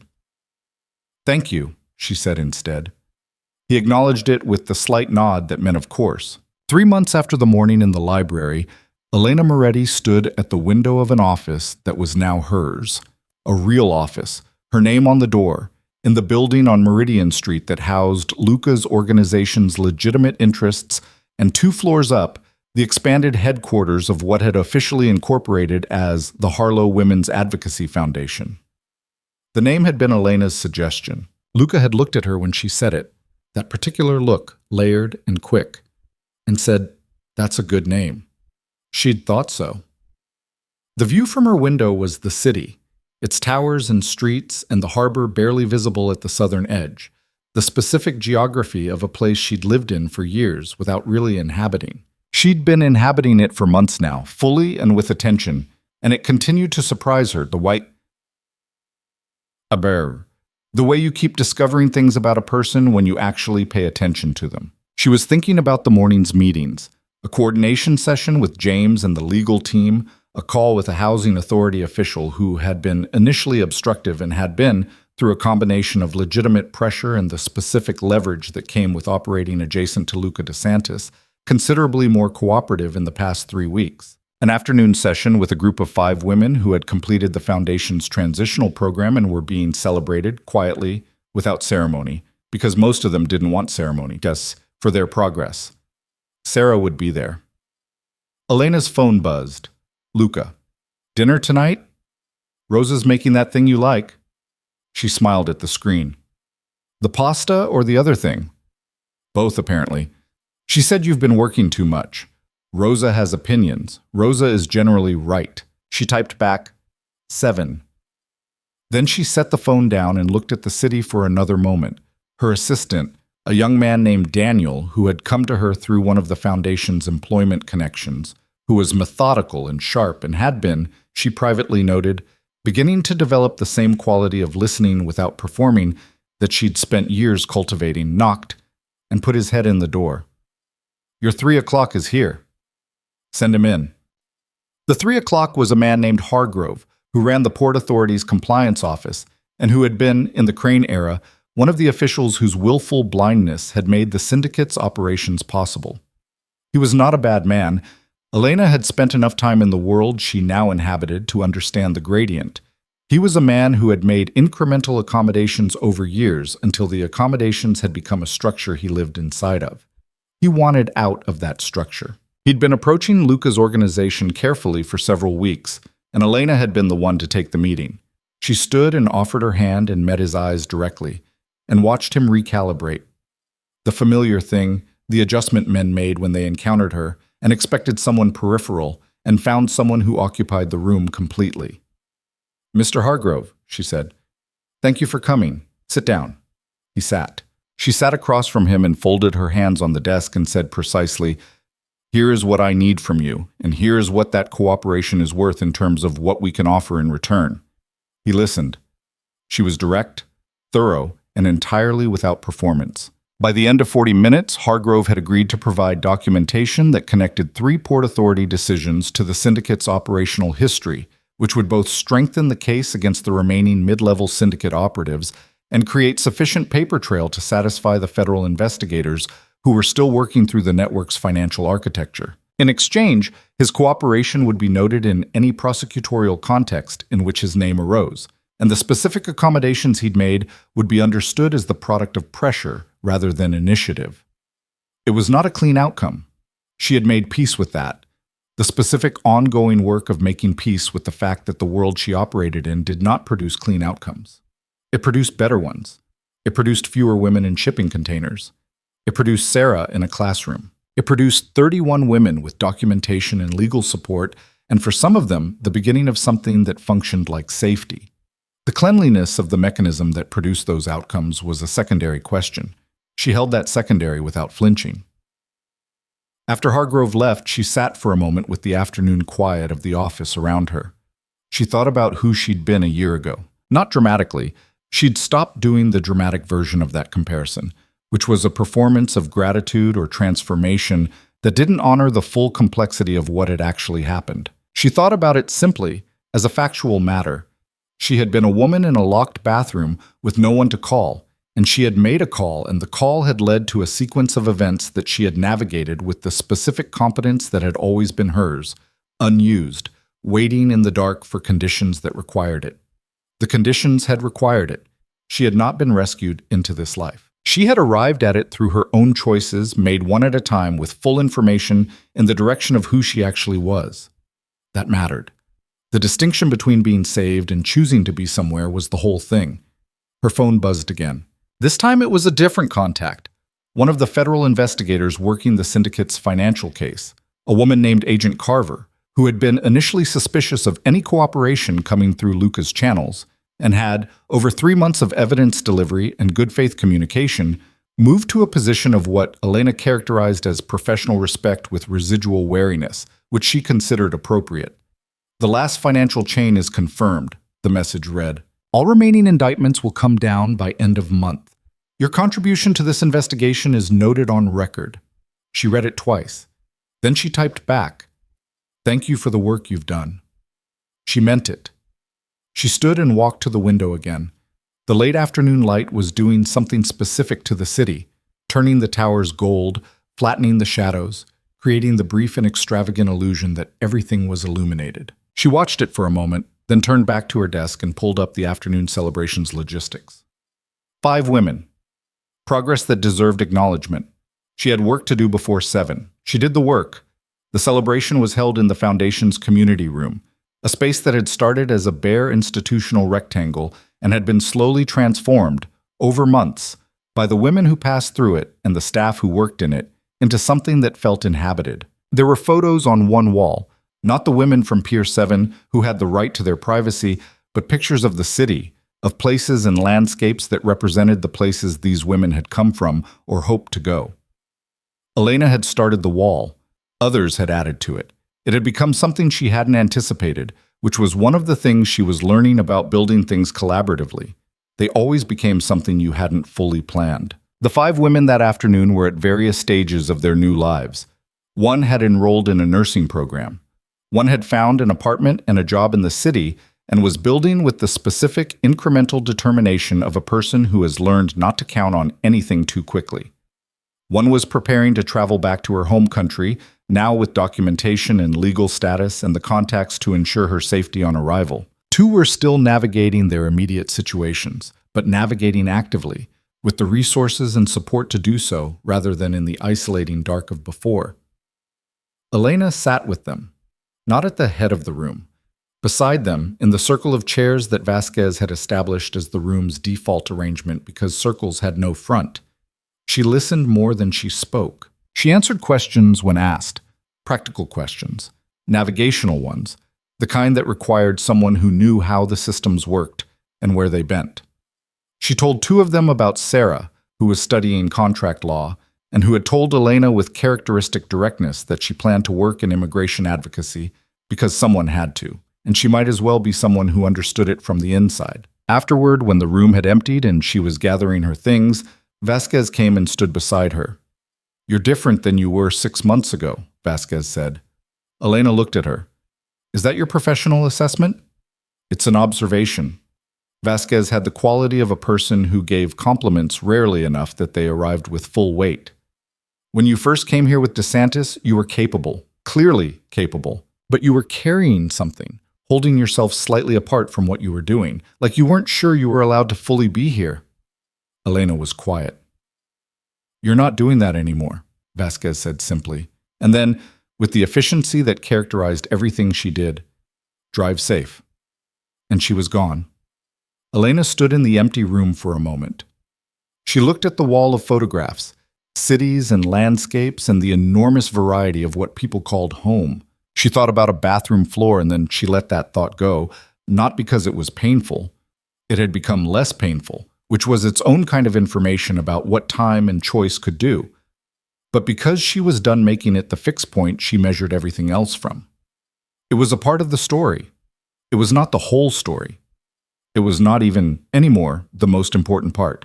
She was the most important part, not in an isolated, self-sufficient way. That wasn't what she meant. She meant that who she was now, fully occupied and unminimized, present in her own life with her own authority, that was the point. That was what the story had been moving toward. She turned off the light and walked out. Luca was already home when she arrived at the penthouse at 6:45. She heard his voice from the hallway. He was on the phone, the distinctive cadence of end-of-day operational business. and she set down her bag and went to the kitchen where Rosa was doing the final stages of whatever she'd decided they were having, which smelled like garlic and something slow-cooked that had been going all afternoon. Rosa looked at her face. "Good day?" Rosa said. "Yes," Elena said, and meant it completely. She poured herself a glass of water and leaned against the counter and listened to the apartment around her. Luca's voice from the other room, the sounds from the kitchen, the city's ambient hum coming through the windows. And she felt something that she had been feeling with increasing frequency and that she was now able to name without deflecting. She was home. Not in the performed aspirational sense. In the simple, physical, actual sense of a person whose body and mind are in the same place and recognize it as the place they belong. Luca came in as she was looking out at the evening city, phone put away, jacket off, the end-of-day quality of a man moving from one mode to another. He stopped beside her at the window. They looked at the city together, the lights coming on in the towers, the harbor a dark stripe at the southern edge, the sky going from gold to purple to the specific dark blue that preceded night. "Hargrove came through," she said. "I heard." He glanced at her. "Carver?" "Indictments by end of month, everything tied off." He nodded, looked back at the city. "The housing expansion, the city planning contact came back with a revised proposal today. More favorable than the first." "I saw the summary." She paused. "We'll need to review the transitional support structure before we commit. The first proposal had gaps in the continuity of care between intake and independent placement." "I noted that too." He paused. "There's a meeting Wednesday." "I'll be there." They were quiet for a moment. The city's lights were fully on now, the harbor invisible in the dark, the sky gone entirely to night above the towers. "Rosa's going to be insufferable when we tell her about the wedding," Elena said. "Rosa has been insufferable about it since approximately the Harlow dinner," Luca said. "She's been managing her own timeline this whole time. We're just confirming what she's already planned." Elena smiled. "Should we be worried about that?" "Probably," he said. "She has opinions about venues." "Of course she does. Also about flowers, seating arrangements, and whether the music should be live or recorded. All valid opinions. She's going to want to be involved in all of it." "Good," Elena said simply. "Let her." He looked at her. That look, the particular one that was his most unguarded. "You don't mind?" "I mind things that actually warrant minding," she said. "Rosa caring about our wedding isn't one of them." He was quiet for a moment. Then, with that precise and unhurried quality, "I'm glad you're here." She turned to look at him fully. "I know," she said. "So am I." He took her hand, the ringed one, the one with the plain band and the dark stone, and held it the way he'd learned to hold it, which was to say simply and without ceremony and with the full deliberate weight of something chosen. Outside, the city breathed in the dark. The towers rose and the harbor moved, and somewhere across the city, 31 women were building lives from foundations they hadn't had a year ago, and Sarah was reading contract law in a library somewhere, and a legal division was processing cases that would change specific futures in specific ways, and the elaborate machinery of justice, imperfect, gray at the edges, requiring the kind of sustained tending that didn't make news, continued its slow and necessary work. And in a penthouse on the 34th floor, a woman who had once sat on a bathroom floor with nothing and no one, and had picked up a phone and called the most dangerous number she knew. That woman stood at a window with the city spread out below her and a ring on her hand and the future in front of her, and she was not afraid. She had not been rescued. She had been, by choice, by work, by the fierce and patient accumulation of her own capability, forged. Not the girl hiding behind a door anymore. Not the invisible woman reducing herself to the size of what was safe. Not someone waiting for circumstances to allow her to begin. She was Elena Moretti DeSantis. And she was here, fully, in her own life, in the city that was hers as much as it was anyone's. And the desperate phone call that had once saved her life had not saved her at all. Not really. It had simply given her the conditions in which she could finally, completely save herself. The night was dark and beautiful and enormous. She looked at it without flinching. She was exactly where she chose to be.